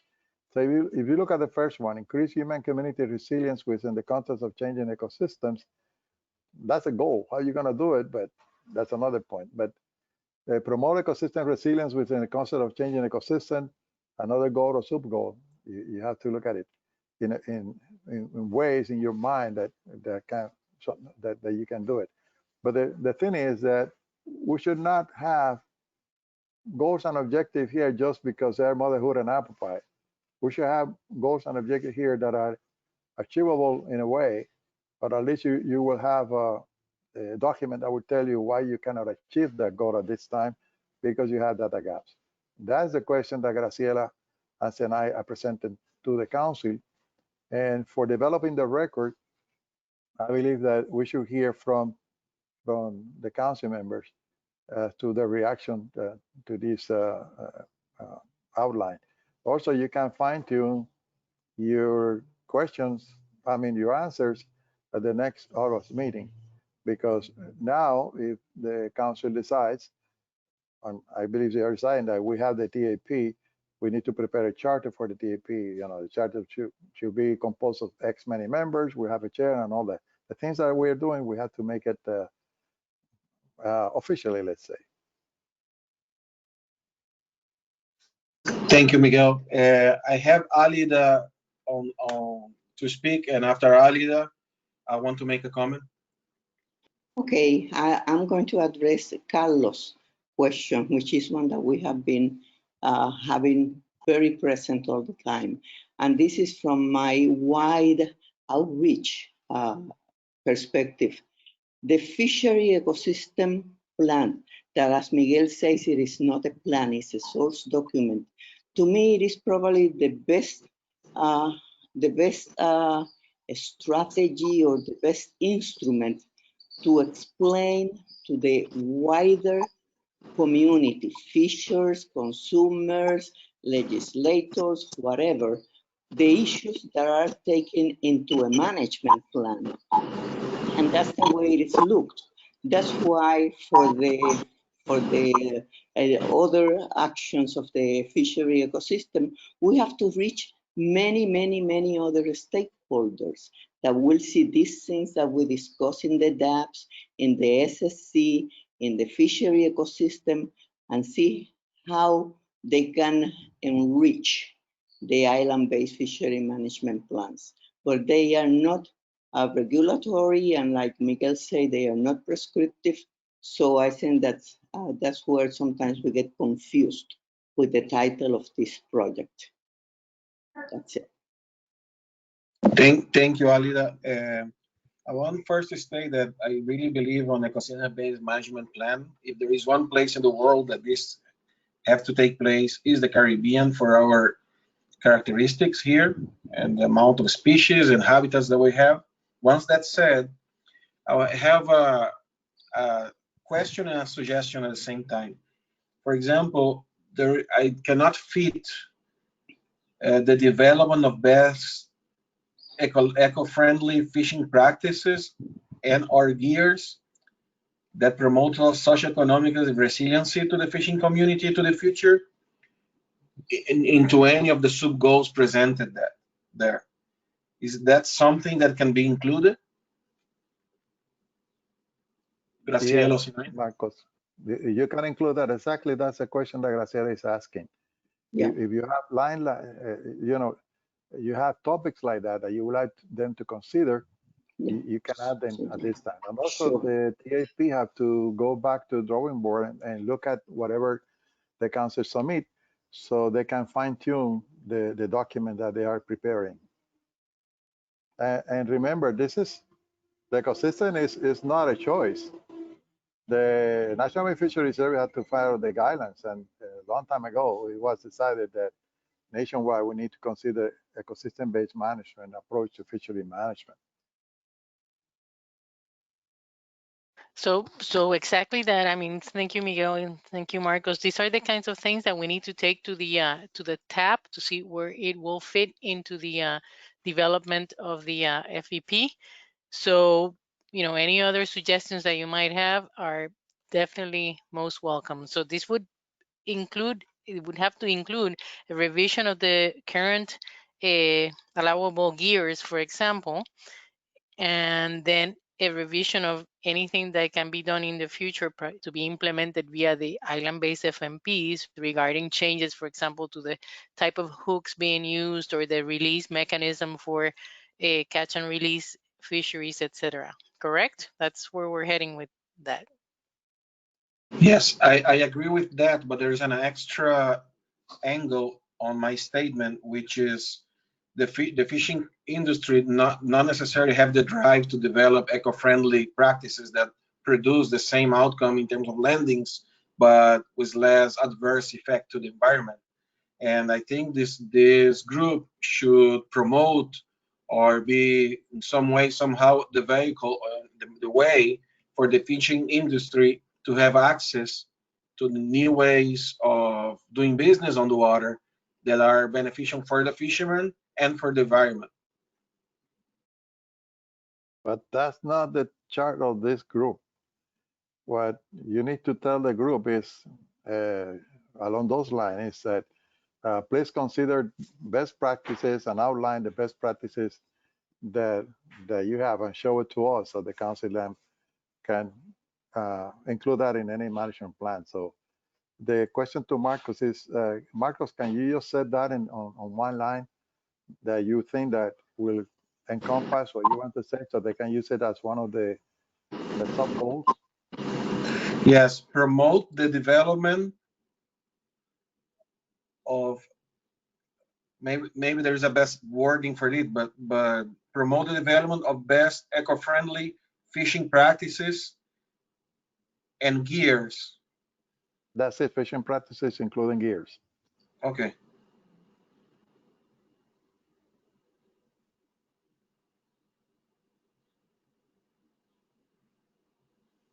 Thank you. And anything else from the rest of the Graciela, Marcos? Can you repeat that, please, Miguel? Any other council member that would like to add to? No, actually, I have an observation about this. Yeah, I'm not seeing anybody asking to speak right now. And I think everybody are digesting the presentation. And I think we should maybe revisit this in August because I'm not hearing anybody else participating in such important presentation. Well, you mentioned digesting, and this 12.9, probably they want to digest launch at this time. Topic here, so they can look at it. And when we open the meeting after lunch, we will have the secretary, and perhaps if anybody have a comment to add or a line like you just did, and then Graciela can take it to the top in the meeting that they are planning between here and August, and she will be able to then present to you the outcome of that meeting, so you can fine tune it. And also at the August meeting, we can have a draft charter document of the TAP, so you can consider. Sounds like a plan. I have Carlos is asking to speak. Yeah, I had enough time to digest it when I got the email from Graciela. So, I'm ready to move forward with this. But I urge to the rest of the members after lunch if they want to discuss any more on this. We have Marcia Taylor. You have the turn, Marcia Taylor. Okay, so let me read what she's, okay, there she goes. I just wanted to say that this is the first time I'm seeing this. I'm not a council member, but I am a member of the DAP. And I guess I'd like some more time to digest this. And I think it should also be circulated to the other members of the DAP, St. Croix DAP and the others as well, so that they can make comments. Thank you very much. Sinai, please. Yeah, just to follow up, I wanted to say, Marcos, thanks for the comments, and I would like to say to other council members, when you're thinking of recommendations like the one that was just presented, please think of if it is possible to fit them into other subsections, either if it's within the outline for the plan or for the sub goals. And also, I would like to point you guys to in the FEP outline, subsection 8, where we are asking for you guys to give us an idea on the process for bringing the EBFM TAP information to the council. This is somewhere that I think the council members should think about a little bit and maybe present to us in the next August meeting. We have ideas on how we can inform management decisions, but ultimately this is a council decision, how you guys use the information and the process by which the information is going to come to the council. And I do think that we would like to hear some input from you guys on what you think about that as well. Yes, I think we are ready to go for lunch, and I'm aware that we received via email. I'm just want to make sure that we hear the opinions and the comments, positive or neutral, or adding to the text and to your request from the council members. I think we are ready to go for lunch now, and come back.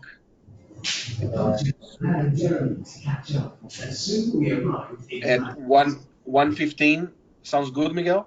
Yeah. 1:15 it is. 1:15, we are back to the meeting. Let's recess for now. I'll see you guys at 1:15.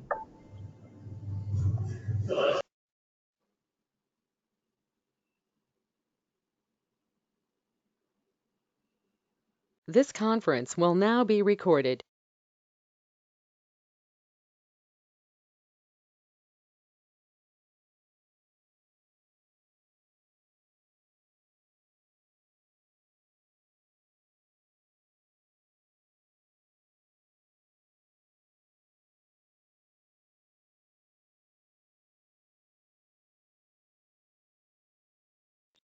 Graciela, are you there?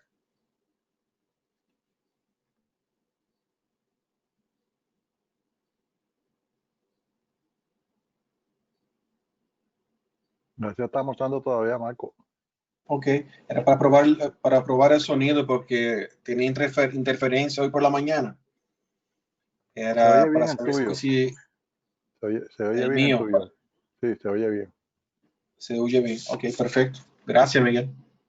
Bien.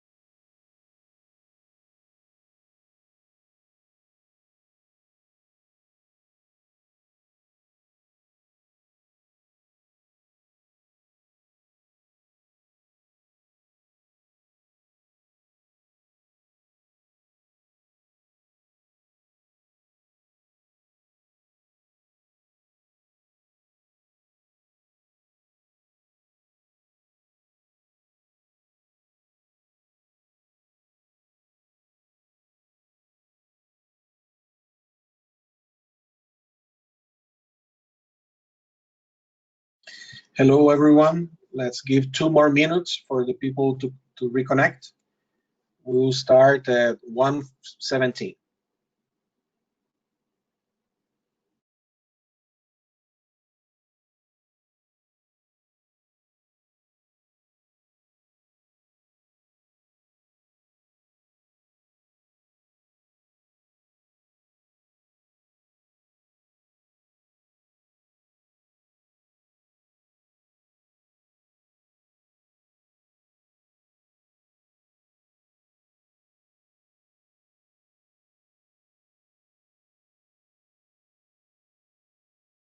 Marco, ya son las 1:15. Sí, ya anuncié que vamos a empezar a las 1:17 para esperar que la gente se conecte. ¿Y el secretario dijo algo? Sí, eso te estaba llamando de la otra línea. Me llamó Damaris ahora, de que el secretario estaba en Fortaleza, está de camino al departamento para reunirse con ella, para participar. No está disponible para nosotros todavía. Está bien, pero lo de para mañana, si acaso. Yo Pero entiendo que lo que te queda, puedes interrumpir por el momento para que le digas hello, how are you? Porque por tiene eso. lo que te tiene son los datos. Exacto. Seguimos, vamos a ver cómo fluye. Ok, Gracias, amigo. bien, bien.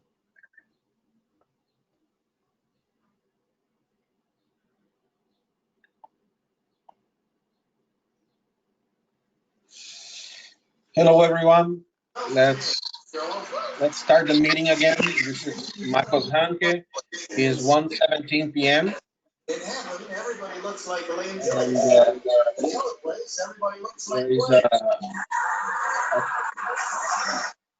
a interfering sound there. Please mute your microphone if you're not speaking. Thank you. And the Secretary of DNR, it was at Fortaleza. It's on the way to the department. Damaris is waiting for him. As soon as he arrives to the department, we'll give a chance for the DNR Secretary to speak to us, Rafael Machargo Maldonado. But for now, we have pending space for the presentation made by the chair of the TAP, and to hear about comments or anything to add to the goals and objectives that they present. I'd like to hear from the council members if they have anything to add on that presentation.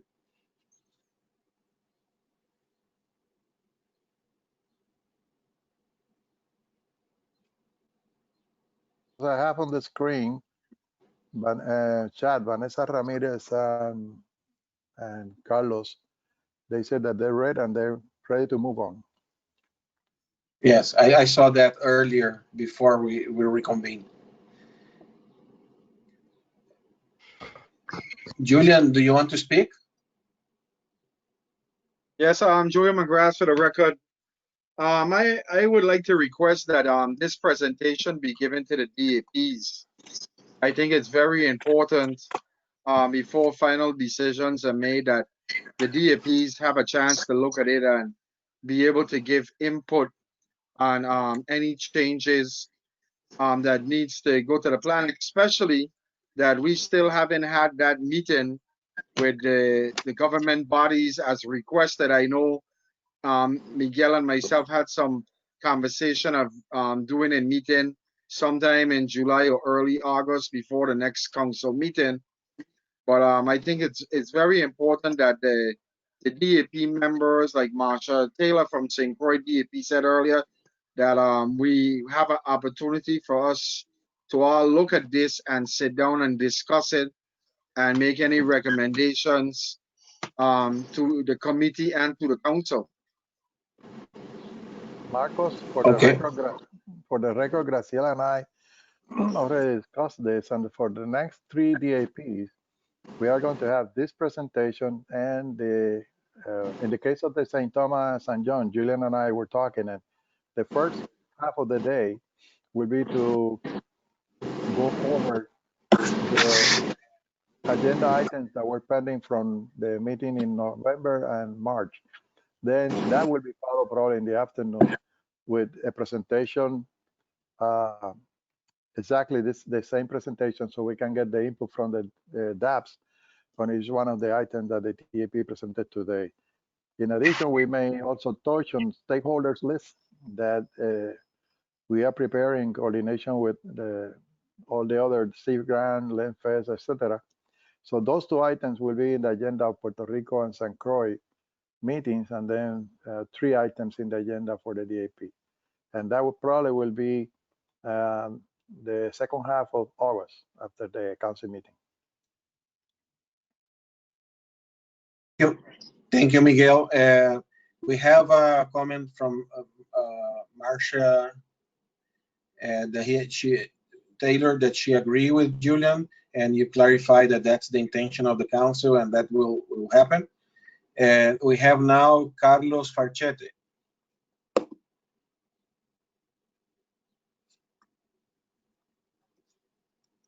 Carlos, are you there?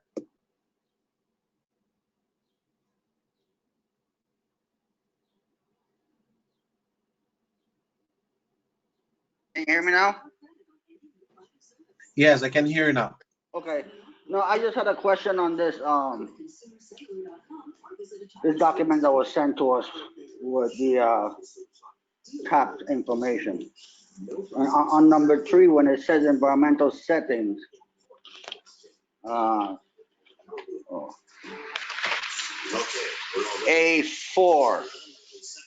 you know, it speaks about connectivity, and it says a note here to it. This establishes the framework for a hierarchical spatial approach. And I wanted a little explanation on that spatial hierarchy. Who can tell me how that is going to function?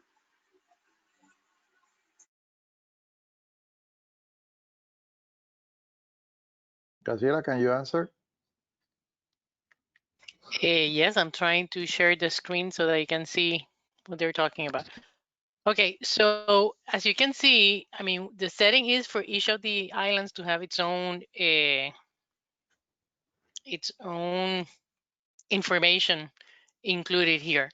So one thing that spatial hierarchical means that you are going to have things gone from connecting from one island to the next, etc., because there is that influx of information among the islands. So this will be the beginning of anything that has to do with connectivity. So there is connectivity, for example, what you've seen in the council from the larvae dispersal from St. Croix, some of the larvae going to the Vieques, San Culebra, and the East Coast. Some of it goes all the way to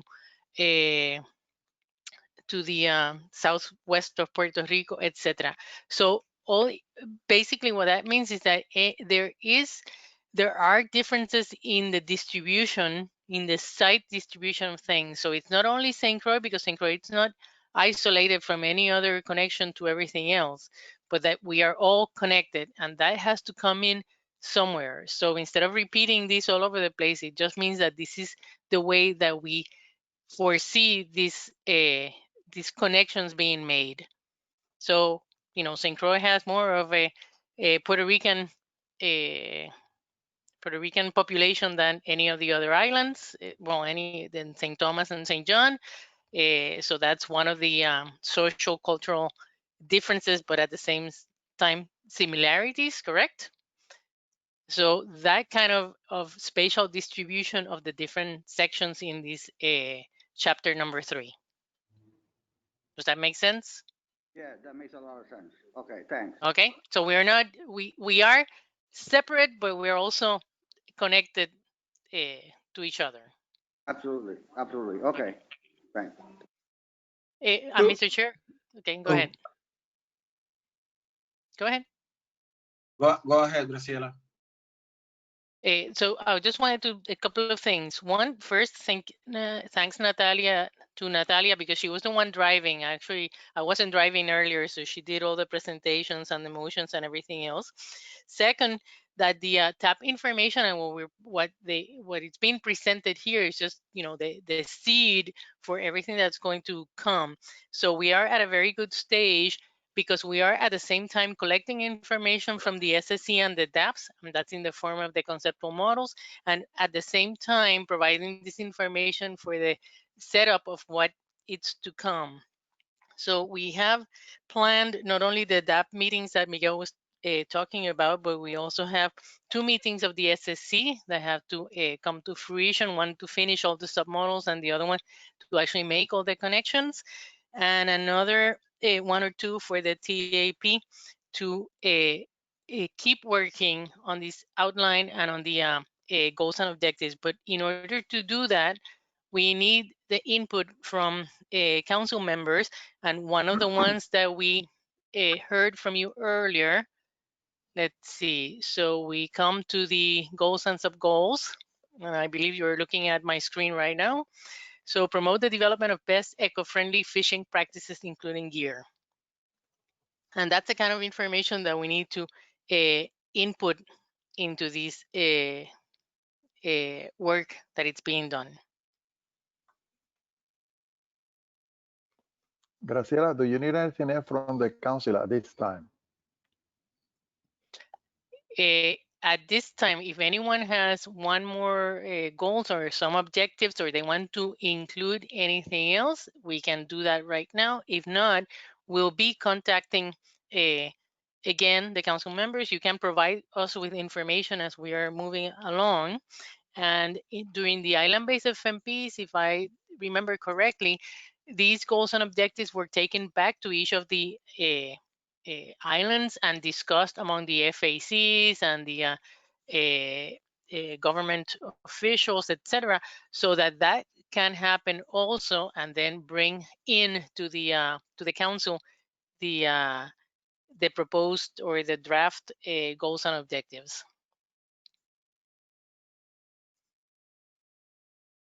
Any council member, any comment before we move along on the agenda?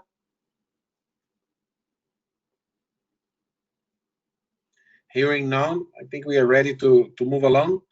The next item on the agenda, it's the district advisory panel. And we have the presentation. Graciela, they have a presentation or going to be? No, Marcos, each one of them will orally give a presentation of what they have, unless they have something yes they want to produce. But Diana sent the summary minutes to each one of the chairs as to what happened. Remember, in the case of the DAPs, mostly we met to receive presentation by Maria Lopez on the island-based FMP status, Diane on the CEDAR 57, just what you just heard this morning, and also a presentation from Cedric on the Diana's idea of asking fishermen how they reinvented themselves. And then, what we want to hear is the comments by Julian, Nelson, and Eddie on the differences that they found in each one of the island areas. So at this time, we just need to follow the agenda whenever they are ready, so they can address the council. Okay, I'll have in order to start with St. Thomas and St. John. Yes, good afternoon. Julian McGrath here, present. DAP Chair, St. Thomas, St. John. And we had a very good meeting on June 8th. It was the first opportunity that the members got involved in a virtual meeting, and it turned out pretty good. Some of the fishers and the committee were able to go by Winston Leday's house, and we set up the computer, and we were all able to see what was going on, watch the different presentations, had some good discussions. At that time, one of the first things that we were talking about was the COVID-19 and how it affected the fishers, and the fishers who were present at the time were able to explain their experience, and which that experience was we found that the lobster sales was a lot more difficult due to the fact that hotels are closed and a lot of the businesses are closed during this period. So the fishers had to be creative, even to go to St. John on the weekends to try to sell their catch, and also they had to reduce the prices for the lobsters in order to get rid of them, and also they had to scale back in fishing. As far as the fish aspect of it, the fish sales actually was very good for the limited times we were going out, due to the fact that with all the schools closed and a lot of people out of work, a lot of people was eating more at home, so they were ordering more fish for their houses or buying more fish for their houses than they usually do. So now that is changing slowly with stuff opening up. We've seen the shift where the sales are dropping, and some restaurants are buying, but a lot of the restaurants are still closed. So overall, we have to become very creative with using social media to get the message out there, which markets fish will be at, what times, different segments of the island.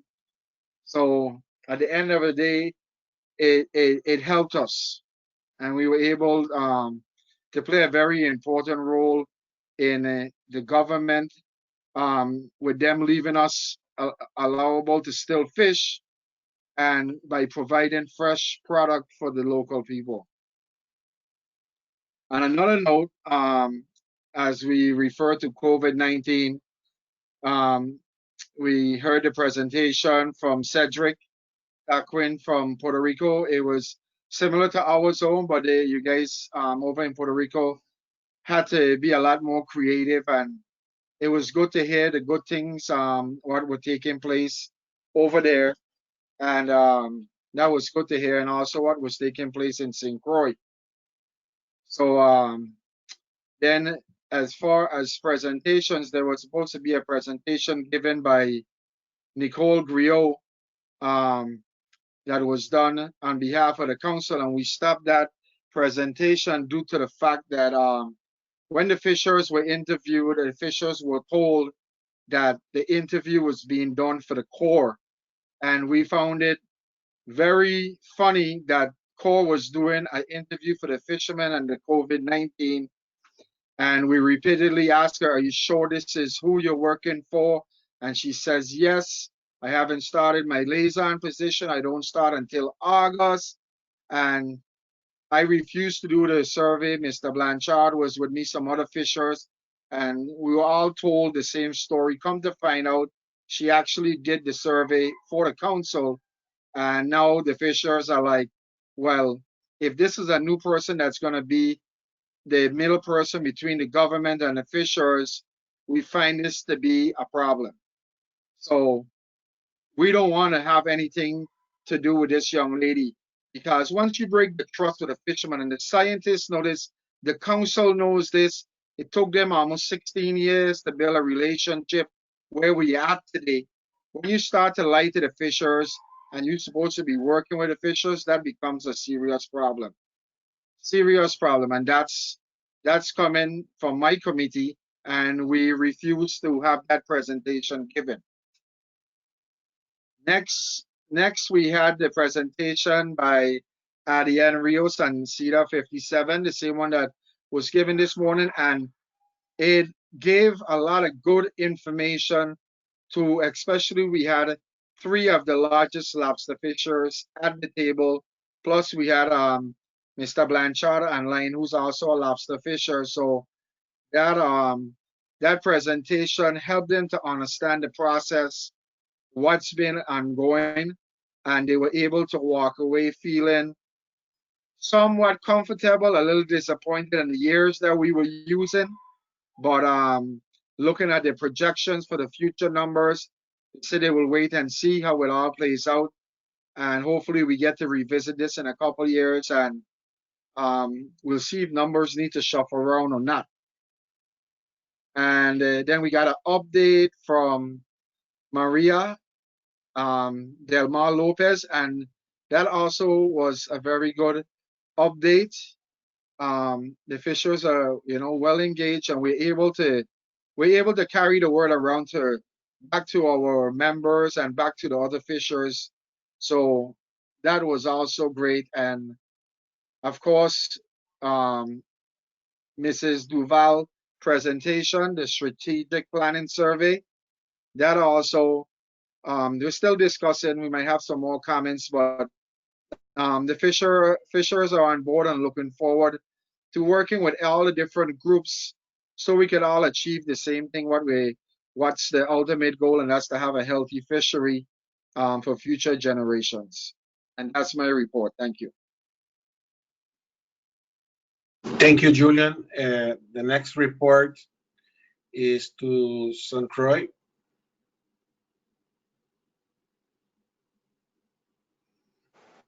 Hey, can you hear me? Ed Schuster, DAP Chair.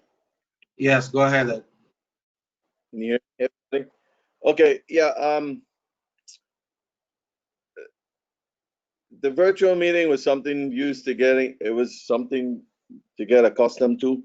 We got a quorum on board. Carlos did a lot of outreach, most of the outreach to the fishermen in regards to COVID and how they were coping to it. And to sum it up in a box, the fishermen became innovative. I mean, when the government implemented a total closure, lockdown, stay at home, the fishermen saw a spike in sales. Everybody was staying away from large crowds and more going to their known fishermen. And the fishermen and cleaners became innovative. They wore masks and they were, looking towards their regular customers. What actually happened was when the restaurants took a close, the sales dropped a little bit, but as they opened to take out orders, it picked back up again. And even some fishers moved fish sales, lobsters, and other fish that couldn't be sold by other fishermen that were not as innovative as they were. The presentations given were very informative, especially Adian's, and I had some questions to it among other DAP members.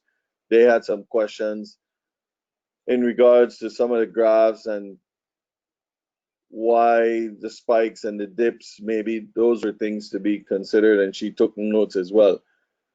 It was very interesting to know what Puerto Rico was encountering, and there were a lot of similarities in regards to COVID also with all three islands. I mean, some of the fishermen on St. Croix weren't as innovative as using Facebook and the social media that we know of. Maybe there were some, but pelagic sales and stuff like that were out of the water. So where people would come on and buy 10 pounds, there were people that were just buying whole fish and I guess splitting it between family members or whatever they did at home. And the other presentations and surveys, everyone on the DAP St. Croix had their own input onto the pros and the cons, more pros and cons. So that would sum up my report in a nutshell. Thank you, Ed. The next report is Puerto Rico. Nelson, please. Good afternoon, everyone. The COVID-19 has been something that in one way or another has touched everyone in the world, and we, the commercial fishermen, has not been the exception. Initially, when the curfew was implemented, we did not know what to do. With the restaurant closed and most of the people in their houses, we have no way to sell our catch. We were allowed to continue fishing, but without market, it was a few days of uncertainty. Little by little, ideas began to emerge, and the fishermen of the island begin to advertise on social network, internet. The fish houses begin to take orders by phone and bring the products to the car to reduce the contact with the people. Others start making deliveries to the houses, and some announce the sale of fishing through loudspeakers. Everyone are looking for a way to reinvent themselves and sell their fish. I have to acknowledge the great help that Cristina Olan in promoting the sale of the fish by the council Instagram and Facebook pages is what really helpful. There were also people like Cedric Taquin, restaurant owner, who gave a hand to a group of fishermen buying their catches and offered to the public a carry-out menu. The vast majority has to reduce the price to make them more accessible to the community and thus be able to motivate them to buy. Remember that it is another type of market with people who have a limited budget. On the other hand, there was a group of fishermen that just sell their catches to a single fish house or reseller, and they were limited to sell their fish and did not have a very good time at all. The way the fishermen were able to reinvent themselves was possibly impressive. As of today, the local government makes the curfew more flexible and allow business to close at 10 p.m. and operate at 50% capacity. The sales are starting to improve a little. The presentation given by Maria Lopez, Adrian Rios, and Michelle Duval was a really good one, and all questions was answered for all the DAP members. I really want to recognize again Cristina Holande, all the help that she gave to all the fishermen in announce all their catches, because that was the key to all this situation. We can, move forward and improve ourselves. That's all I got. Thank you, Nelson. And after the presentation of the 3 DAPs, I have as a chairman a question to them. I have the opportunity to hear the meetings, and for the rest of the group, I also work with some fishermen in Puerto Rico developing some efforts, and pretty much we have identified I have identified three steps. One is the curfew was in place, a little confusion, there was no sale, a lot of confusions. Then on the second month, there was some normality and the adaptation process. And for 3 months on, we have more stability. Give and take, that's the three steps that I have been observed on the fishing industry and with the people I have been interviewed. My question to the DAP for each of them, do you think that we are fishing nowadays at the same level that we was fishing before the pandemic or the curfew being adopted?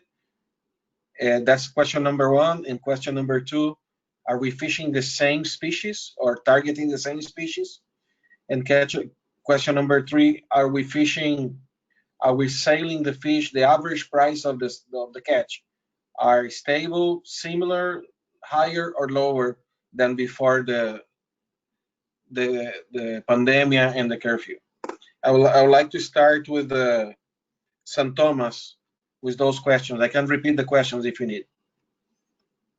Yeah, repeat question number one.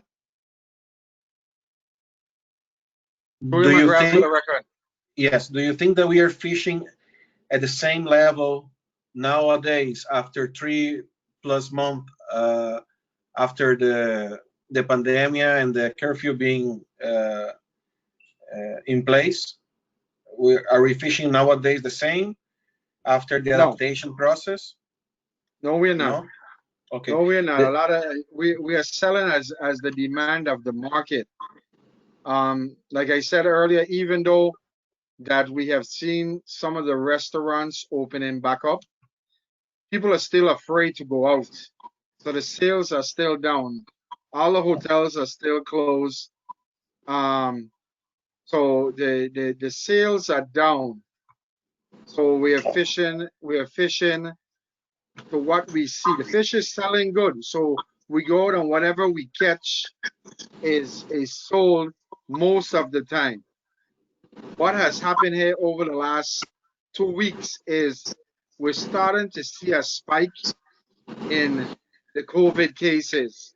So as of this morning, we have 5 and 5 pending, and it's drawing a lot of concern. And the governor is threatening to shut everything back down again. It was on the St. Thomas source this morning. So people are very wary on what they're spending because they don't know what is going to happen.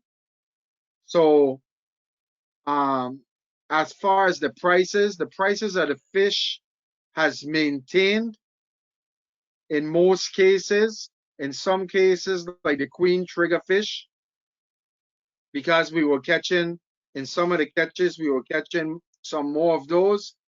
What we had to do was we had to actually fully clean the fish for the people in order to sell them, instead of them giving it to the fish cleaners and they pay the fish cleaners to clean the fish.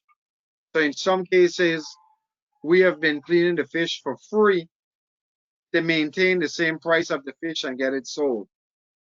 Lobsters went from $10 a pound all the way down to $7 a pound. Some guys have moved back up to 8, some have moved back up to 9. As far as targeting certain species, the line fishermen have been doing a little bit more line fishing, so we were able to see some yellowtail snappers and some blue runners on the market, but it's been a hit and miss because the tides haven't been running good for them. They had 2 good weeks, they had 3 bad weeks. As far as the trap guys, we don't target one individual species, we catch several. So like I said, in that case, we really would go out and pull as many traps for the week as we think we can sell. Thank you, Julian. Thank you very much. That's exactly what I want to hear from you. Eddie, can you answer the 3 questions, please? Ed Schuster, for the record, before I speak, can you repeat question number 3, please? Yes, gonna repeat the three questions. Do you think that nowadays your island, the fishermen, are fishing at the same level as before the curfew was implemented? Second question, are you fishing the same species, or there is a little difference on target species? And number 3, the average price of the fish are stable, went up, went down? Those are the 3 questions. Okay, question number 1, Ed Schuster, for the record. There was no curfew in the U.S. Virgin Islands, so it's much different than Puerto Rico. The only thing during the first phase of COVID is the total shutdown, and then restaurants were shut down. There was no dining in anywhere. It was takeout orders only. So that slowed the sales down a little bit. When it was a total closure to the restaurants, and then when it was takeout only, it spiked up again. And now within the last 2 weeks, 2.5 weeks, where you could now dine in, and the restaurants had some sort of the employees had to wear face masks and patrons didn't have to wear, then I guess this picked the sales up for more species like lobsters and pelagics and stuff like that. Question number 2, they were still fishing for the same species as usual. You know, we still don't have fads, but the fishermen here on St. Croix, innovative as they are, putting out attractors on their own, targeted mahi and tuna when they were available. And question number 3, the prices are pretty much the same. The only some fishermen that would take and move a product would put a little markup on the sale or the species that he was selling for to compensate him for the gas and whatever else he had to do that the other fishers couldn't get their product moved. So he would buy it and resell it for a slight margin. Thank you, Ed. Nelson? Yes. Definitely, we are not fishing the same level that we are fishing before the COVID. So we are just going to catch what we can sell. More or less, the species are the same that we are targeting. So with the difference that we are now trying to process the fish in different way, like because it's for our local customers to their houses. Maybe we have to clean the fish, like a fish market. We have to fillet them. Not if we are using a reseller or a fish market that they are dedicated to do that. We have to do that ourselves. So it's a little difference. So the species, so how I say, is this more or less the same ones. We are the price. Definitely, we have to lower the price for all the fish types, and now with the open of the 50% of capacity of the restaurants, the price are start to stabilize again. It's not the one that we are used to sell before the COVID, but we are trying to get into that maybe in the next month.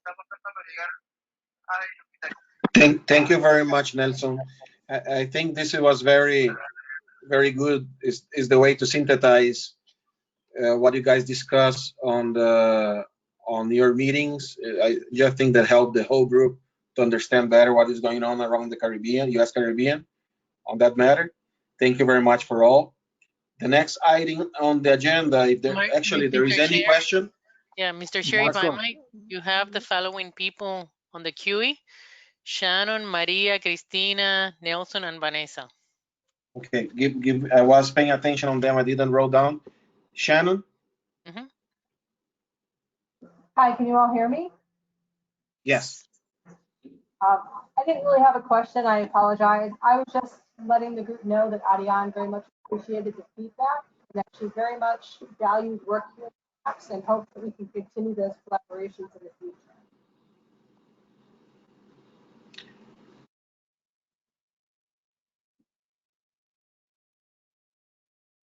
Marco, you are mute. A question from Maria Lopez. Yes, can you hear me? Yes. Okay. So I have two questions for the ADAPT chairs. One is, I am interested of knowing what was the experience from the recreational fishers throughout this past months that we have been experiencing the COVID and the closures. And also want to know about the charter industry, how it was affected, and is it back up? And my second question will be if anybody can elaborate if they have had the experience of persons fishing illegally and how they dealt with that. Let's answer island by island. Let's start the question to Julian. Julian McGrath for the record. As far as it pertains to the recreational charter industry, that was completely shut down. They were shut down, and there were no tourists to take out, and they were not allowed to run their operations during the shutdown. Now, as things started to open up over the last couple of weeks, some of them are going back out. June 1st, we allowed the tourists to start coming back in. So we have been seeing some charters, but very, very minimal.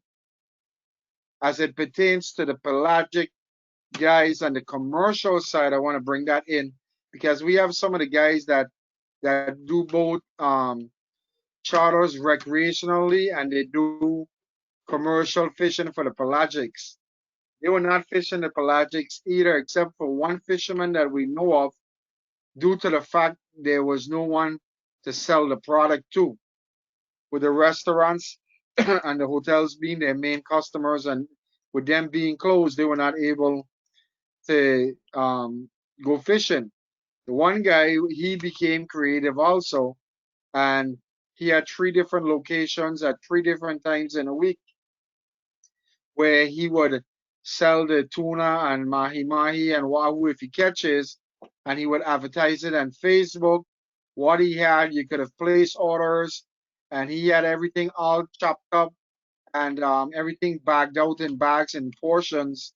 So you just come and pick up what you want. So as far as illegal activity, I don't know of any illegal activity that was taking place here in St. Thomas, St. John. I don't know if enforcement had any interventions with that. They would have to speak on that. But as far as the fishers, I didn't see any complaints for illegal activities on St. Thomas and St. John. Okay, now Eddie, it's Maria's question. To Maria's question, I would imagine everything was shut down. There was no tourists here on island, so therefore charter boats couldn't, take anyone out, especially with the social distancing that they had. In terms of illegal activity on St. Croix, I don't think they would have any, because even the beaches were closed.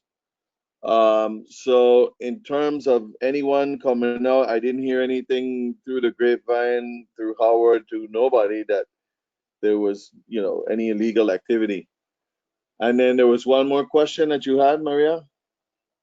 I was just curious about recreational fishing, like locals fishing recreationally. If you saw an increase in that activity now that people were pretty much in the house.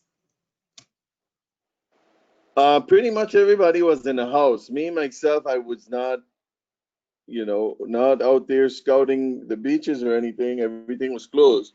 So therefore, I would imagine recreational fishing was down as well. Thank you. Carlos, did you hear of anything? Maybe I don't know. You might have. Yeah, no, this is Carlos Fischetti. All the beaches were closed, so recreational shoreline fishing was completely cut off. When it comes to in water, I don't think there were much recreational fishing out there either. Just like the charter industry, they all collapsed. And I don't even think that they're back up and running right now. Thank you, Carlos. Let's give the turn to Nelson Crespo. Maria's question. Okay, yes. Recreationals are not allowed to go fishing since the curfew was implemented. Just they are back in business about more or less 2 weeks ago. But charter boats, they are not in business, at least in my area yet. And regarding the poachers, they are always with us. They are announced themselves by internet selling their catch, because we have we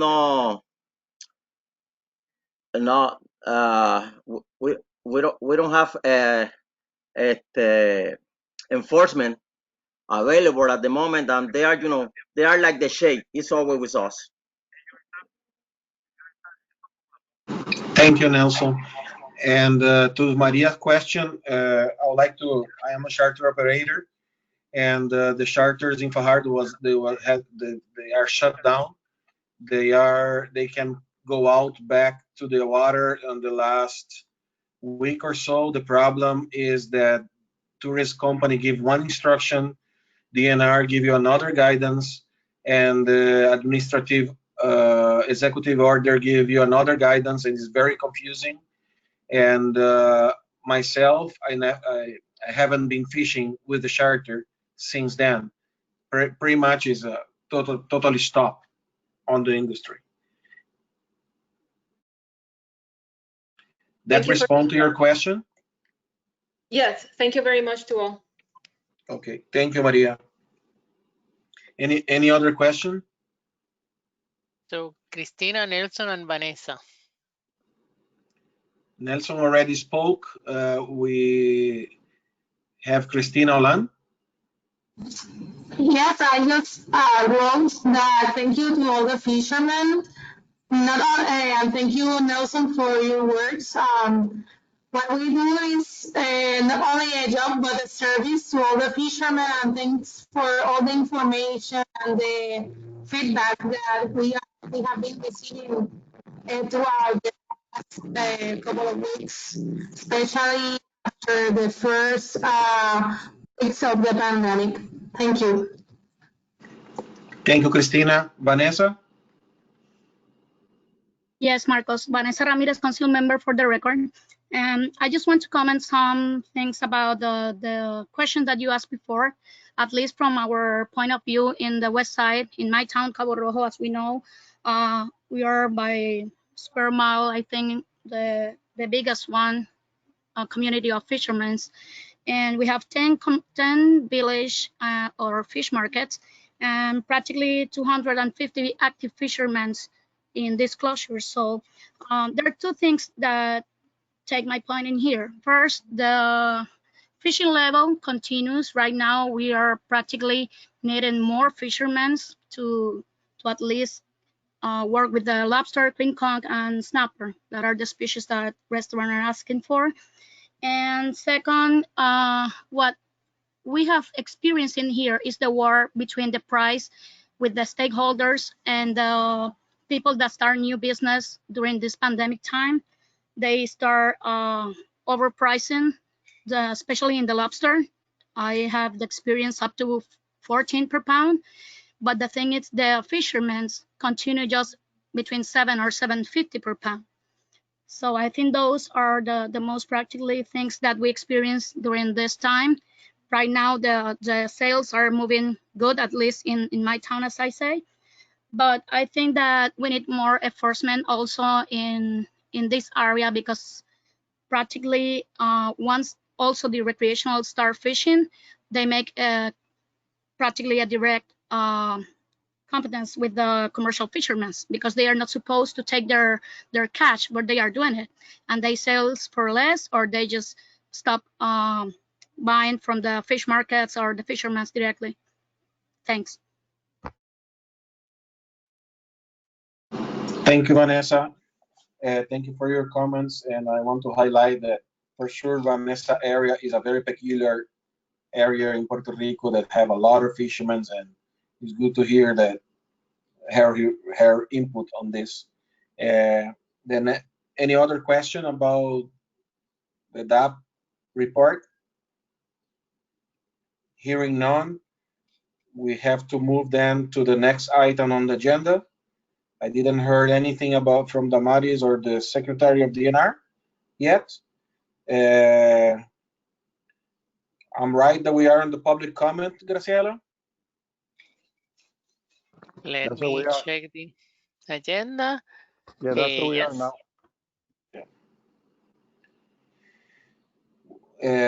We're gonna open for public comment. Anybody from the public? Damaris just wrote that the secretary haven't arrived yet. Thank you for informing us. Public comment. Anybody on the public that would like to make a comment?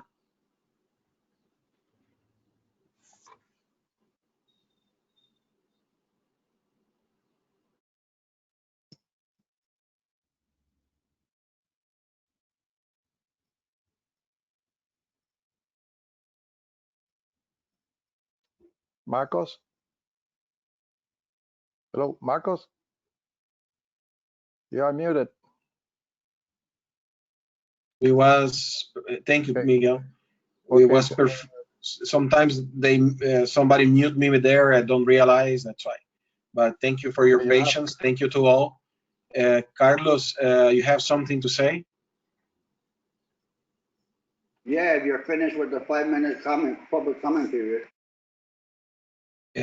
Yes, nobody asked to speak. Okay. Yeah, I just wanted to make some remarks here.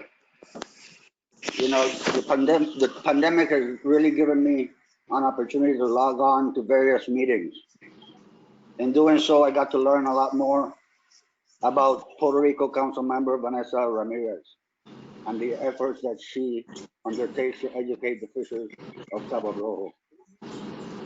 I didn't realize the number of commercial fishers and fishermen's association in the Cabo Rojo area until I logged on and heard from Vanessa about her involvement in helping the fishermen, particularly those that are not computer literate or smartphone savvy, and also those that are less fortunate of an education.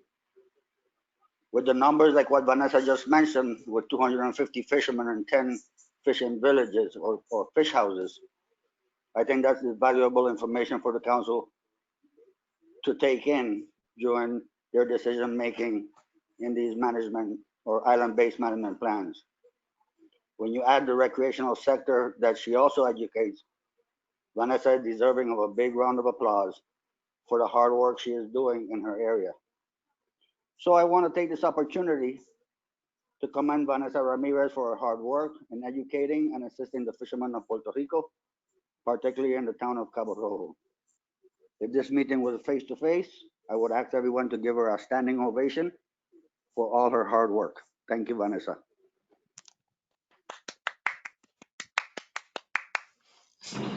Thank you, Vanessa. And I agree with the words that Carlos just mentioned.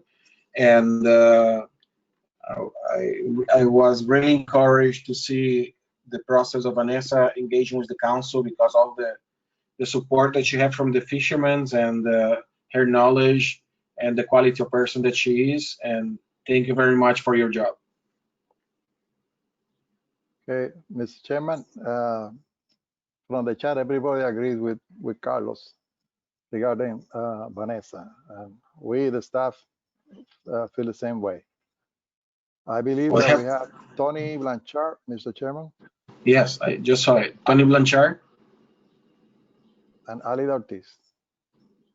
Yes, I will be speaking as a, let's say, a public individual, somebody from the public, not as a chairman or vice chair or anything else, but as a fisher also. I think what we need to look at, seeing that we're going to these virtual meetings, is we need to make this accessible to the general public. And yes, it is a public meeting, but at the end of the day, most of us guys, or most of the guys that are into this business or is into this interest, for lack of a better description, is not into all the technology and the know-how as to getting to the meeting online and all the, let's say, the tricks that we have to perform to get there.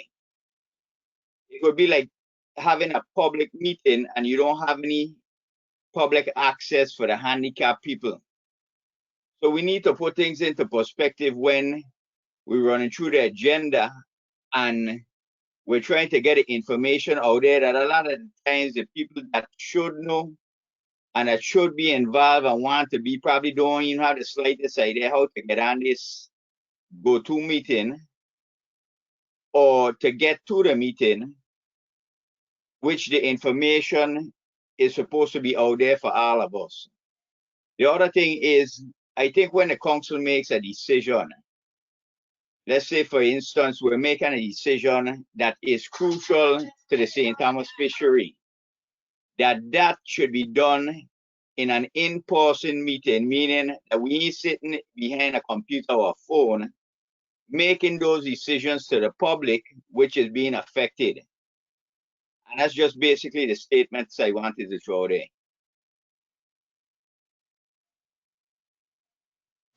Okay, thank you, Tony. We are, Alida?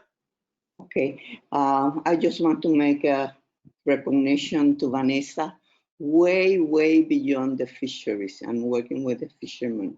Vanessa's role in education, not just the formal education, but the education of the entire community, regardless whether they are fishers or they are whatever position they have in the community.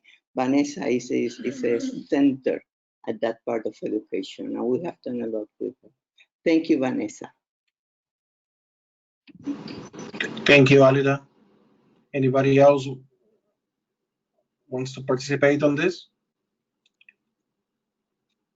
Thank you again to Vanessa, and that's very emotional to me to see people recognizing people that deserve it. Thank you very much. This is very important too. This is talk about the quality of the people that are involved on this council.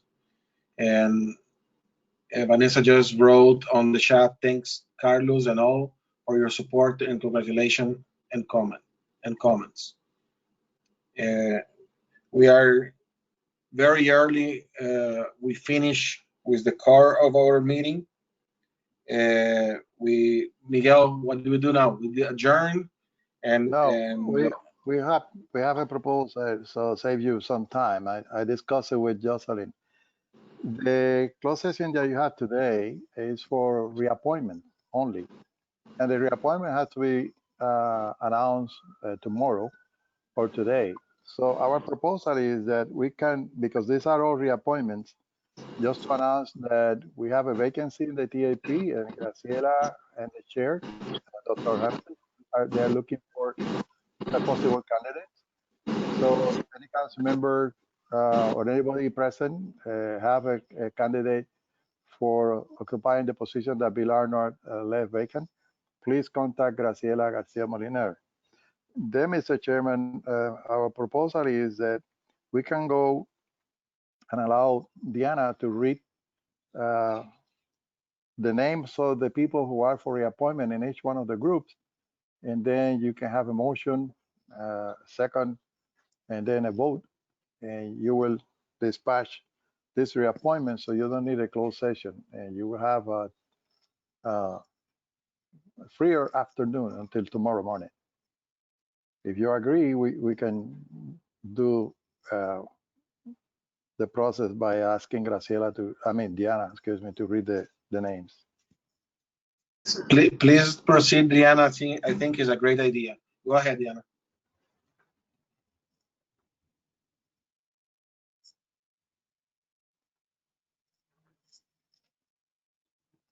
Okay, I'm sorry. Give me just a moment when I get, because I have to change the screen. Okay. Let's start with the DAP St. Croix, Marcia Taylor, DAP for St. Thomas, Lee Steiner, and Colleen Butler. Dime. Diana, do it one at a time. Okay. St. Croix, DAP, Marcia Taylor, and then we need a motion, or Mr. Chairman, you can have a huge motion to approve everybody after she finishes. Which one you want to proceed? Faster.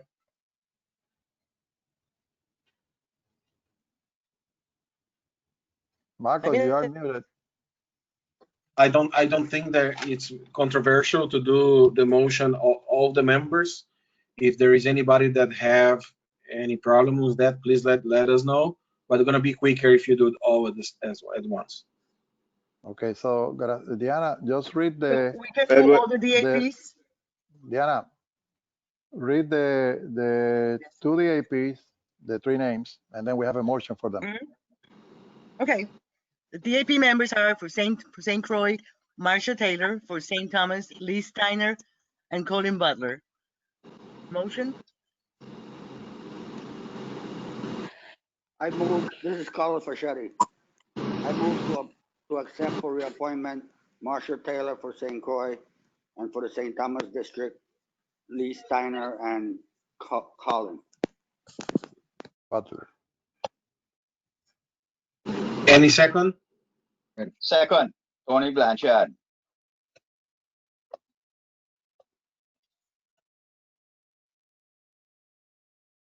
Marcos, you are muted again. Anybody oppose? Hearing none, The motion carries. They are reappointed. Diana?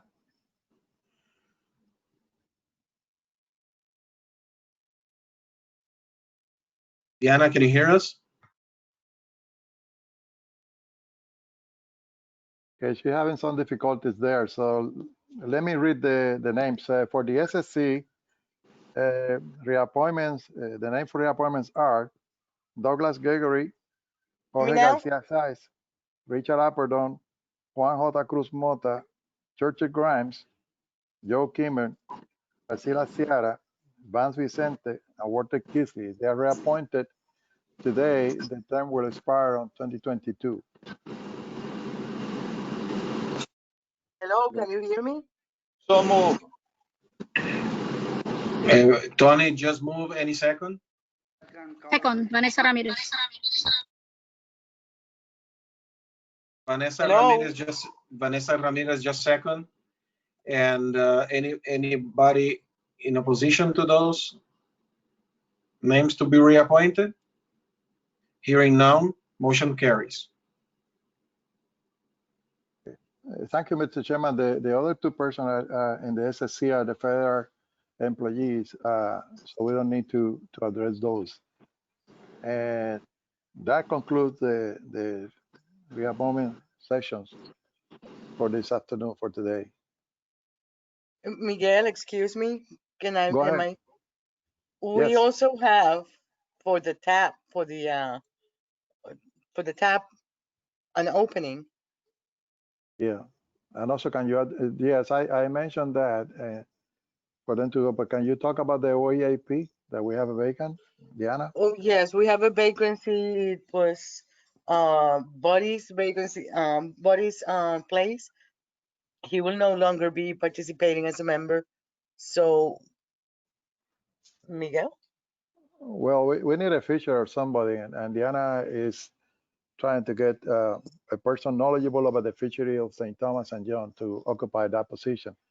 The idea to have a person from each area that is in the fishery, like Aldi Maldonado from Puerto Rico, Gerson Martinez from St. Croix, and Buddy that was from St. Thomas, is to get close to the earth when we talk about outreach and education. So these three members of the OAP brings to the table issues that are real life issues that we can then discuss, so the group can develop strategy for outreach and education.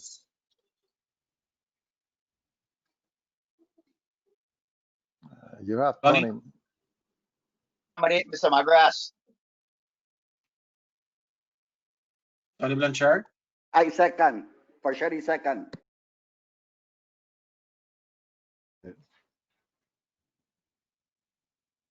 Hello? Tony Blanchard, do you have a comment? Yes, I wanted to nominate Julian Magras. For the OAP, and then second by Carlos? Yes, second by for sure. Okay.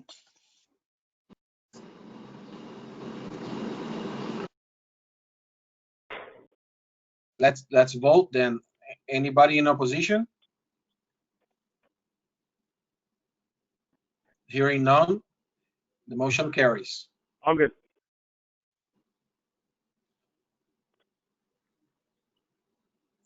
This is for the Julia Magras to be part of the outreach and education panel.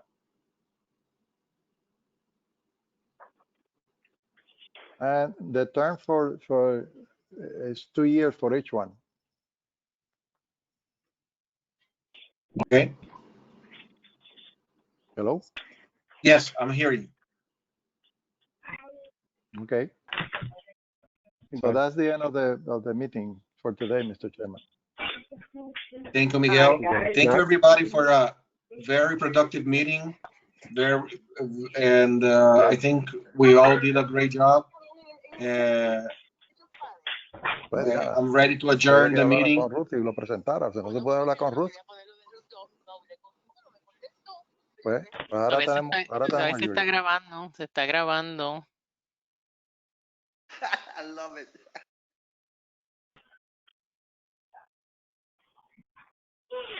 Okay, Mr. Chairman, shall I then close the meeting?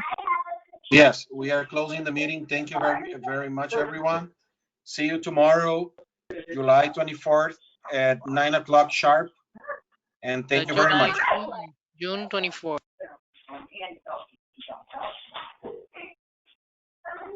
Okay, the meeting is June closed. 24th. June 24th. Tomorrow. Miguel, dime los nombres del SSC. Se me quedó alguno. The Don meeting Richard is adjourned. J. Church. I already got my snack. English muffin was clean.